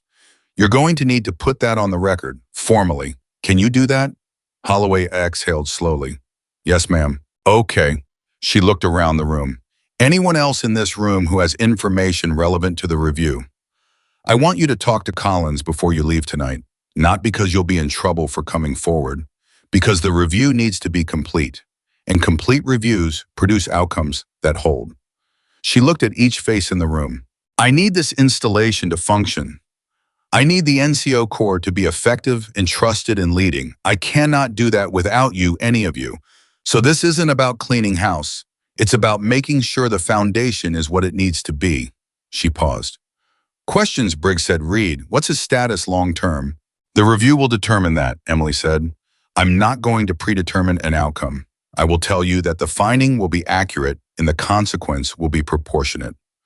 Briggs nodded slowly. One more thing, Emily said. I walked this base for 3 days without a name attached to my rank. I want you to know that was not a game. It was a methodology. And what I observed tells me that this installation has good people who are operating below their potential because the environment they have been in hasn't supported them operating at it. She let that sit for a moment. That changes, starting today, and I need you to be the ones who make it change at the level where it actually matters, which is not in my office but in your units, in your daily decisions, in the way you talk to your soldiers when you think I'm not paying attention. She looked at them. I will always be paying attention, but the goal is that eventually you don't need me to be. The room held that for a moment. Then Briggs did something unexpected. He nodded. Not a formal procedural nod, a real one, the kind of slow, definitive acknowledgement that comes from a person who has assessed something and found it worth accepting. One by one, the other NCOs in the room did the same. At 2100, Marcus Reed sat in his temporary quarters. The reassignment had come through that afternoon, moving him to an administrative support function far from the training areas and entirely away from direct personnel authority, and opened a blank document on his personal computer. He stared at the blank document for a long time. He had been thinking all evening about the review, about the 14 soldiers who had agreed to speak, about Okafor's documentation, which Collins had mentioned informally in the administrative meeting, which meant 14 months of recorded incidents that Marcus had believed no one was tracking. He thought about what Emily had said in his meeting, the question she had asked him, the thing he had said in return. Somewhere along the way, I stopped measuring success by what my soldiers could do, and started measuring it by whether they would do what I said. He had not planned to say that. It had come out of somewhere he hadn't fully opened the door to yet, and now that he'd said it out loud in a room with people documenting it, he couldn't put it back. He thought about whether it was true. The harder question was not whether it was true. He already knew it was true. The harder question was when it had become true. Which moment, which decision, which small choice had been the one that moved him from one side of that line to the other. I thought about a soldier named Reyes, not Captain Reyes, the JAG officer, a different Reyes, a young private from 6 years ago, in a different assignment, who had challenged one of Marcus's training calls in front of the unit, not insubordinately, professionally, with a legitimate point that Marcus had later privately acknowledged was correct. But Marcus had come down on Reyes hard in that moment, because the challenge was public, because in Marcus's unit challenges were not public, because public challenges, he had decided at some point before that moment, were a threat to authority. Reyes had transferred 4 months later. Marcus had told himself it was Reyes who had the problem. He looked at the blank document. He started writing. Not for the review board, not for any official process, just writing the kind that was for yourself when you have been holding something for so long that the only way to understand it is to put it somewhere outside your own head. He wrote for 2 hours. He didn't show it to anyone, but the writing existed. And the fact that it existed mattered, even if only to him, even if only in the private accounting of a man beginning slowly and completely without any guarantee of where it led to reckon with the distance between the leader he had believed himself to be and the one he had actually been. At 2200, Fort Liberty was dark. Most of the installation was asleep or winding down towards sleep, the natural rhythm of a military base following its operational schedule, with the kind of consistency that persisted through everything, through command changes and reviews and ceremonies, and the upheaval of a day that had rearranged the social order of an entire installation. In the barracks, Danny Webb was lying on his bunk staring at the ceiling. Petrov was already asleep again, the same as always. Danny was thinking about what Okafor had said. What you do from here is what matters. He thought about what from here meant. From this day, from this version of Fort Liberty, that was not the same place it had been 48 hours ago, even though it looked identical, even though the buildings were the same, and the schedule was the same, and the people were the same people. Something had moved. He had felt it in the assembly hall this morning when Emily Carter had walked to that podium in her formal uniform. He had felt it when she had called Marcus to the front of the room. He had felt it in Torres's face in the hallway afterward, and in Okafor's hands when he'd set them flat on the table and said, "I needed to know the train could be stopped." He had felt it in himself, in the way he had looked at Marcus last night and not looked away, in the way he had crossed a training field in front of people who were watching and said something true to a woman he hadn't known had the power to act on it, but had believed something in him had believed was the kind of person who would try. He thought about what he wanted from this place, from this service. He had enlisted because he believed in something. He had arrived at Fort Liberty still believing in it, and then the weeks had passed and the environment had pressed in around that belief from all sides, and he had done what people do in environments that punish conviction. He had protected it by making it smaller, by keeping it inside, by letting the outside of him perform compliance while the inside of him held on. But the belief was still there. It had always been there. And now, for the first time in 9 months, the outside environment and the inside belief felt like they might be able to coexist, might be able to be the same thing, might be able to inform the way he actually moved through this place rather than just the way he felt about it privately in the dark on a bunk at 2200. He closed his eyes. For the first time in 9 months, he didn't run through the mental calculus before sleep, the inventory of potential problems, the assessment of who was watching what, the management of tomorrow's exposure. He just let himself stop and fell asleep quickly.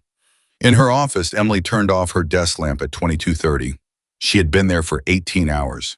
She stood for a moment in the darkness before she left. Just stood. She thought about the 14 soldiers. She thought about Torres's face in the afternoon session. Not the careful, controlled face she had worn on the training field, but the one that appeared when the official record was being built and the permanence of it became real. Not broken, and resolute. She thought about Holloway, who had held something for a year and then put it on the table in a room full of peers. She thought about Danny Webb, 22 years old, crossing a training field in front of people who might be watching to say something true to a stranger. She put on her jacket. She picked up her bag. She walked out of the office and through the administrative building and out into the night air of Fort Liberty. Above her, the Carolina sky was enormous and clear. She stood for a moment looking at it. She had done this work before. She had walked into damaged places and started the process of repair. She knew how long it took. She knew how uneven it was, how 2 steps forward were regularly followed by 1 step back, how the people most hurt by a broken system were often the ones who had to do the most work to believe the new one was real. She knew it wasn't finished. It had barely started. But standing in the dark at 22:30 on the first day of her command, she felt the specific thing she always felt at this stage of this kind of work. Not satisfaction, not relief, but a quiet, grounded certainty. The certainty that the direction was right, that the foundation was being laid, that the people of Fort Liberty, the ones who had been carrying things in silence, the ones who had been surviving by making themselves small, the ones who were only now beginning to allow themselves to believe that something might be different, those people were going to be okay. Not immediately, not easily, but genuinely. She walked toward her quarters. The night settled around Fort Liberty, and the work, the real, slow, difficult, necessary work of healing a place went on even in the silence, even in the dark, even while everyone slept. Because that is how real change moves. Not in the dramatic moments, though those matter, in the space after them, in the decisions people make when the ceremony is over and the ordinary days return, in what they choose to carry forward and what they finally allow themselves to put down. Fort Liberty was choosing, and it was choosing differently. 3 weeks after the ceremony, Marcus Reed submitted his written statement to the review board. It was 47 pages long. Collins brought it to Emily's office at 0800 on a Tuesday morning, set it on her desk with both hands, and said nothing. He didn't need to. The weight of it was its own statement, not just the physical weight of the document, but what it represented. A man who had spent 15 years constructing an identity around never being accountable for anything, sitting down and writing 47 pages of detailed, specific, largely unsparing account of what he had done and how he had done it, and more significantly, why. Emily looked at it for a moment before she picked it up. "Did you read it?" she asked Collins. "I reviewed it for completeness," he said carefully. And Collins thought about it in the honest way he always did. "It's real," he said. "It's not a legal strategy. It's not a mitigation document. It reads like a person who decided that the only thing left to do was tell the truth." Emily opened to the first page. She read for 40 minutes without stopping. What she found in those 47 pages was not a confession designed to minimize consequence. It was something harder to categorize and, in its way, harder to read: a methodical, clear-eyed account of the specific decisions, the specific moments, the specific internal justifications that had moved a good soldier incrementally away from good leadership and towards something that had harmed the people depending on him. It named names. It described incidents with specificity. It identified by date and location events that the review board had documented through other sources, and several that they hadn't reached yet. It also said something on the last page that Emily read twice. Marcus had written, "I understood what I was doing. I want to be clear about that because I think the temptation in a document like this is to argue that I didn't know. I knew. I told myself it was necessary. I told myself the results justified the methods. The results never justified the methods.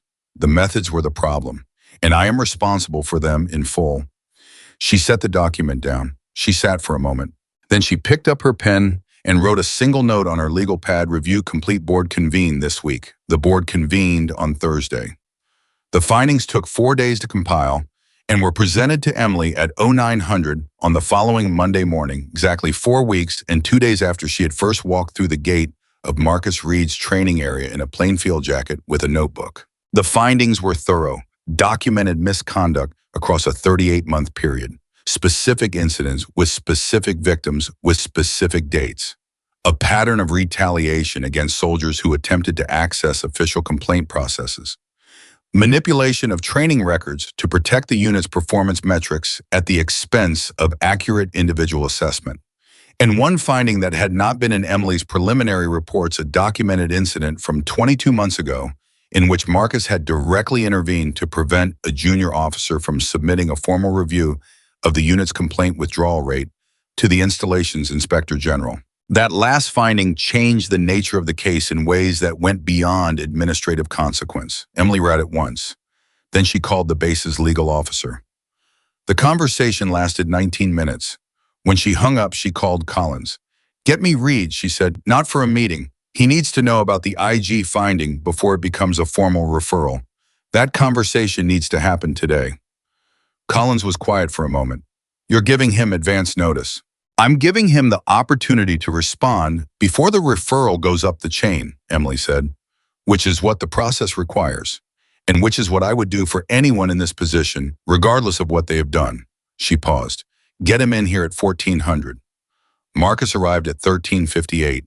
He looked different than he had on the day of the ceremony, not dramatically different, not broken in the way that people sometimes looked when institutional processes had been grinding on them, but quietly different.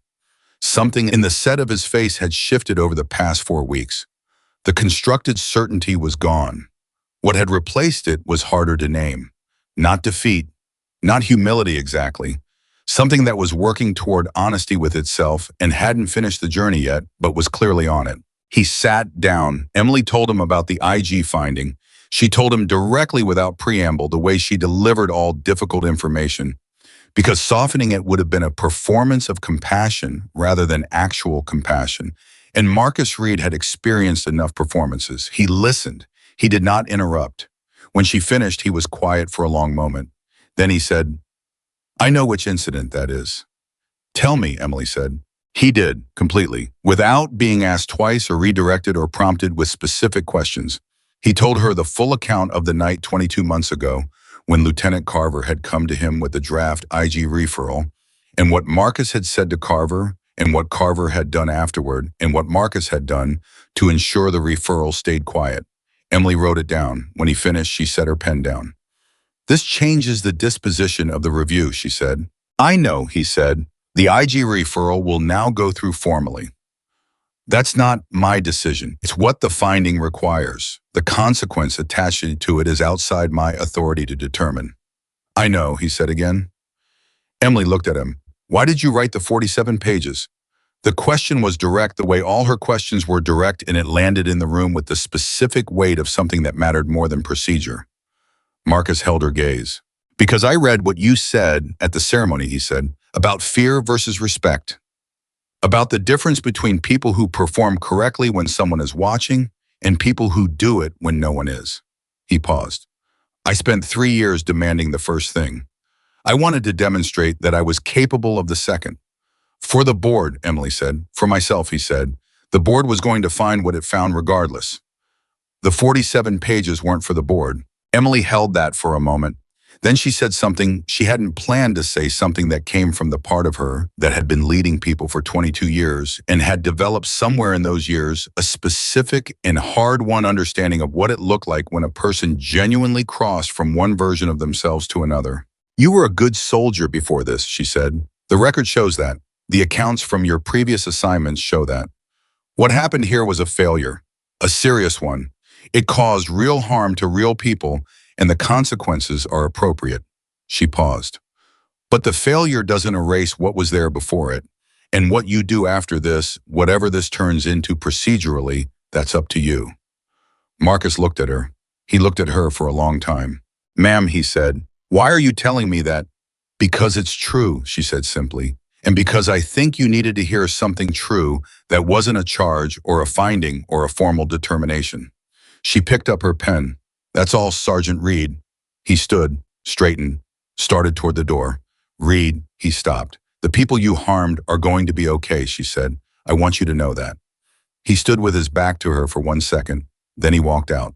And Emily sat alone in her office and breathed and then went back to work. 6 weeks after the ceremony, Danny Webb was promoted to sergeant. The promotion was not a gift and was not connected to his cooperation with the review board. Collins had been scrupulous about ensuring that the evaluation was entirely independent, precisely because the optics of anything that looked like reward for testimony would undermine both the testimony and the promotion. The promotion was based on an honest assessment of Danny's performance over 9 months, which, when evaluated by someone looking at it clearly, rather than through the filter of a compromised system, was genuinely outstanding. Okafor signed the evaluation.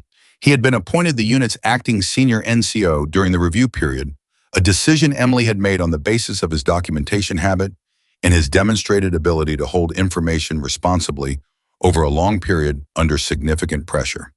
He was not the permanent appointment. That decision was still pending, but he was doing the work with the specific competence of someone who had been ready for it long before the position existed.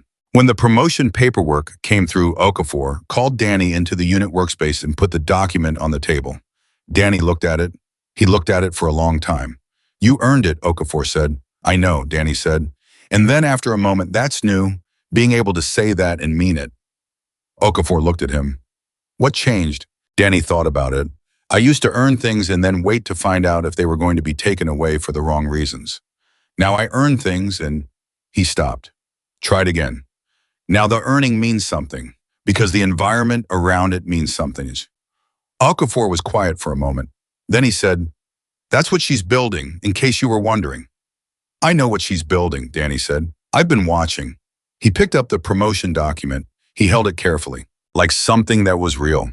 Torres received a formal letter of apology from the installation's legal office 6 weeks after the ceremony as well. The letter documented the failure of the original complaint process, acknowledged the retaliation she had experienced, and outlined the remedial actions that had been taken and would continue. It was official language, formal, procedural, the carefully constructed language of institutional accountability. But it was real. Torres read it 3 times. She was in her Fire X room when she read it, sitting on her bunk with the door closed, reading it alone. She did not read it the way she had feared she would, with the old, exhausted skepticism of a person who had been through official processes before and had learned not to trust what they promised. She read it with something more complicated than trust, something that was trust beginning to be rebuilt brick by brick, with the specific caution of a person who understood that caution was appropriate and also understood that it no longer had to be the only thing. When she finished reading it the 3rd time, she folded it carefully. She put it in the small personal lockbox under her bunk where she kept the things that mattered. Then she called her mother. Her mother answered on the 2nd ring the way she always did, with the particular attentiveness of a woman who knew her daughter was in a hard place and had been waiting for a long time to hear something different in her voice. Torres talked for 45 minutes. She told her mother everything. The 14 months, the original report, the withdrawal, the careful, invisible existence she had been living inside. And then the woman with the notebook who had come back 3 mornings in a row, and the meeting in the office, and what it had felt like to be heard by someone who had the power to do something and chose to do it. Her mother cried. Torres almost did. At the end of the call, her mother said, "Baby, how are you feeling?" Torres thought about it. "Like I'm allowed to be here," she said. Her mother was quiet for a moment. Then she said, "You were always allowed to be there." It took them a while to catch up. Torres closed her eyes. "Yeah," she said, "it did." 8 weeks in, Emily made a decision that surprised almost everyone and surprised no one who had been paying close attention. She requested that Specialist Angela Torres be considered for early advancement to corporal on the basis of a performance review, that Okafor had submitted a review that documented Torres's work quality, leadership potential, and the specific resilience she had demonstrated during a period of significant institutional stress. The review was honest and specific and did not mention the complaint or the review board. It stood entirely on professional merit. The advancement was approved in 6 days. When Torres found out, she went directly to Okafor. "Did you push for this?" she asked. "I documented what I saw," Okafor said. "The advancement was the natural result." "Don't do that," Torres said. There was something sharp in her voice, not angry, just clear. "Don't be modest about it. I need to know when people do things for me so I can—" She stopped. Okafor looked at her. "So you can what?" She took a breath. "So I can let them," she said. "I've spent so long being my own only support that I forget how to let people help." She paused. "So, did you push for this?" Okafor held her gaze. "I brought it to the colonel's attention. She made the decision." Torres nodded slowly. "Okay," she said. "Thank you." "You earned it," he said. "I know," she said. And she meant it the same way Danny had meant it. The way people mean things when the environment around them finally matches the truth inside them. At the 10-week mark, Emily held her first open session with the entire installation. Not a formal briefing, not a ceremony, a session 2 hours held in the main assembly hall, with chairs arranged without rank distinction, where any soldier at Fort Liberty could ask her anything and receive an honest answer. She had done this at every installation she had commanded. Collins had been nervous about it at Fort Liberty specifically. "The environment here is still raw," he had said. "People might use it to settle things that should go through official channels, or they might not trust it enough to say anything real."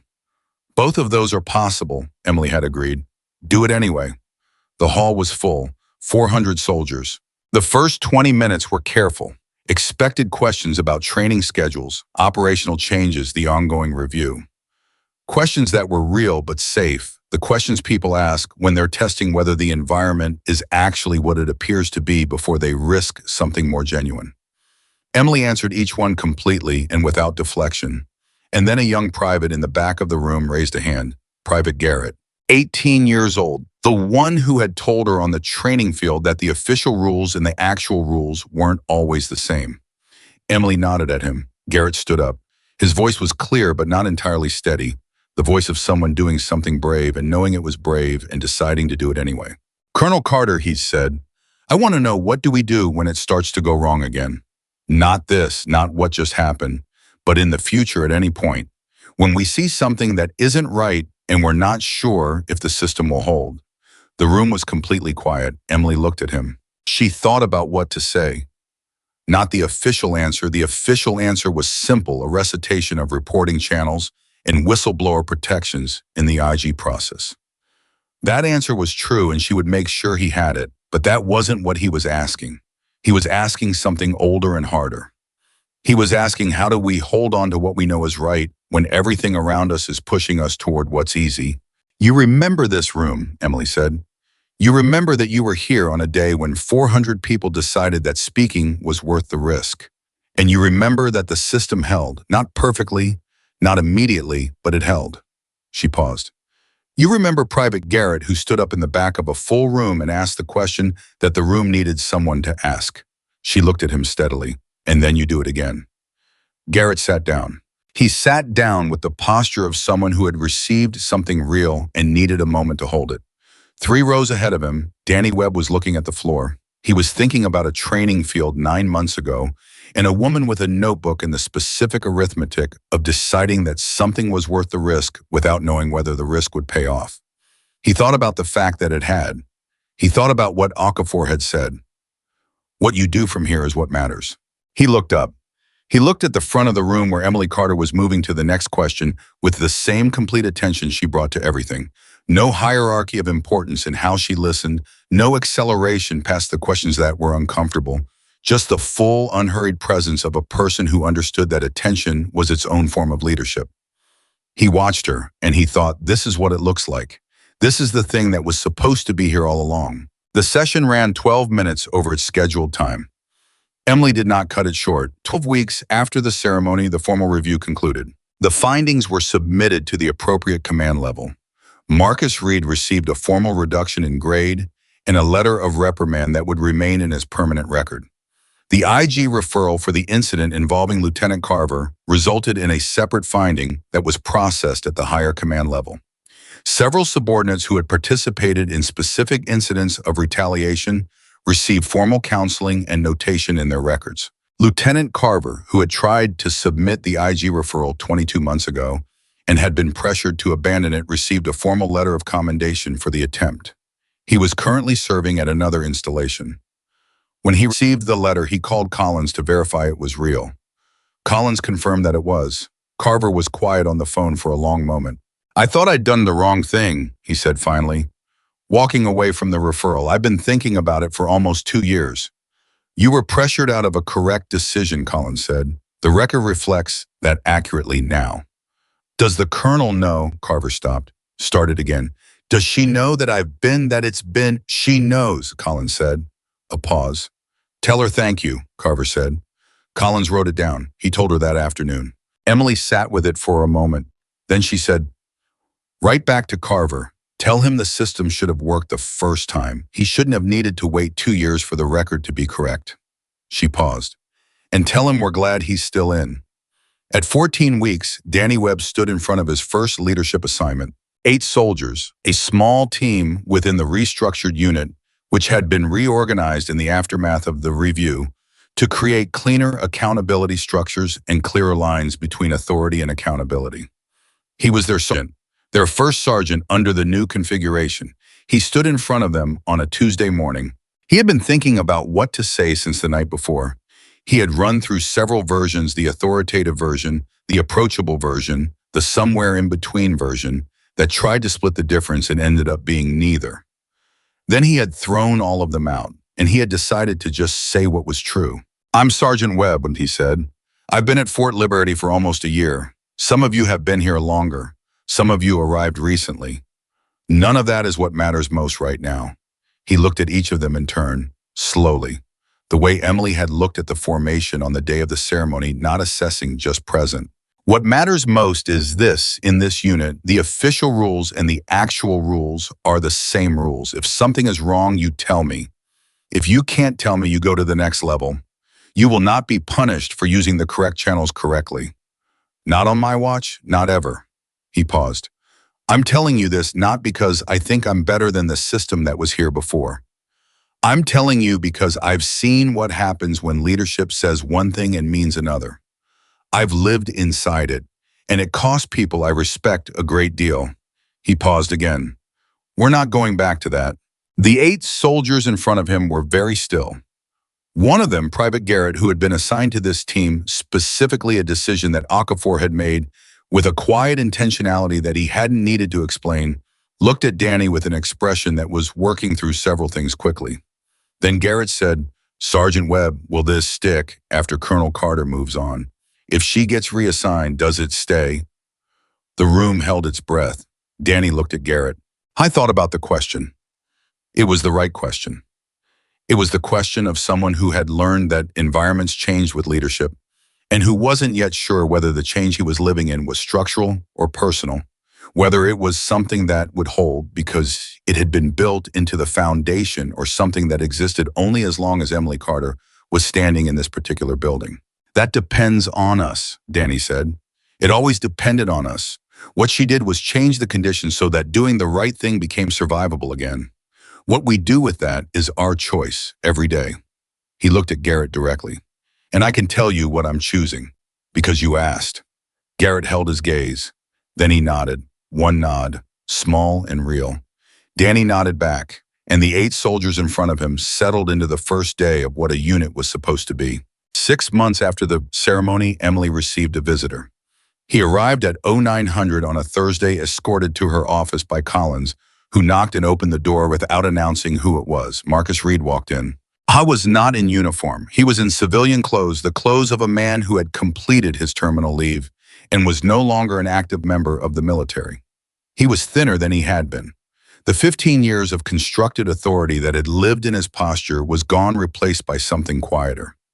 Not defeated, just real. The way a person looks when they've stopped holding something up that didn't need to be held. He had requested the meeting through official channels. Emily had approved it. He sat down. For a moment, neither of them spoke. Then Marcus said, "I've been accepted into a veterans transition program, counseling certification track." He paused. "They work with junior veterans who are struggling with the transition out of service. A lot of young people who don't know how to function in environments where nobody tells them exactly what to do." He looked at his hands for a moment. "I'm good at understanding people who learn the wrong things from the wrong kind of authority. Because I was one." Emily looked at him. "How long is the program?" she said. 18 months. He looked up. "I wanted you to know, I don't know why exactly, I wanted you to know that the 47 pages weren't the end of the accounting. I'm still doing it." Emily held his gaze for a long moment. "Marcus," she said. He looked at her. "I'm glad you came," she said. He nodded once. He stood. He looked around the office briefly, the office that had once belonged to a commander who hadn't been paying attention, and that now belonged to a person who paid attention to everything. "Take care of them," he said. "I will," she said. He left. Collins, who had been waiting in the outer office, appeared in the doorway after a moment. "You okay?" he said. "Yes," Emily said. "Get me the afternoon training assessments. I want to review the new cohort's evaluation scores." Collins smiled slightly. "Yes, ma'am." He disappeared. Emily turned to the window. She thought about the morning she had first walked through the gate, the 45 seconds between the gate and Marcus Reed appearing in front of her. This specific contempt in his voice when he had said, "You don't belong here." She thought about standing in the same room as him today, 2 completely different people than they had been. Not because of a ceremony, not because of a review or a finding or a formal letter, because of the cumulative weight of decisions made by dozens of people over 6 months, soldiers who had found the courage to speak, NCOs who had found the integrity. To be honest, a man who had done the hardest thing available to him, which was to write the truth down and sign his name to it. And somewhere beneath all of that, a young private named Garrett who had stood up in a full room and asked the question that needed asking. And a young corporal named Webb who had crossed a training field in front of watchful eyes to say something true to a stranger. Emily turned away from the window. She picked up her pen. She had work to do. The afternoon assessments were on her desk. The new cohort was coming in next week. Fort Liberty was not a finished thing. It had never been a finished thing and would never be, because institutions were not finished things. They were living structures that required constant tending, constant honesty, constant willingness to look clearly at what they actually were rather than what they preferred to appear. But it was a different place than it had been. Not because the right person had arrived. Because the right people, the ones who had been there all along, carrying the truth quietly in the dark for months and years, holding on to what they believed while the environment around them pushed back, had finally been given the conditions to act. Emily Carter had not saved Fort Liberty. Fort Liberty had always been capable of saving itself. She had simply made sure that when the moment came, the people who needed to speak could be heard. And that was the thing, the true and permanent and unforgettable thing that no ceremony could grant and no title could produce and no display of rank could manufacture. That was what leadership was. It was not the loudest voice in the room. It was not the person who made everyone else afraid. It was the one who walked through the gate in a plain field jacket, took out a notebook and listened. Until everyone who had been silent finally understood their voice was exactly what this place had been waiting for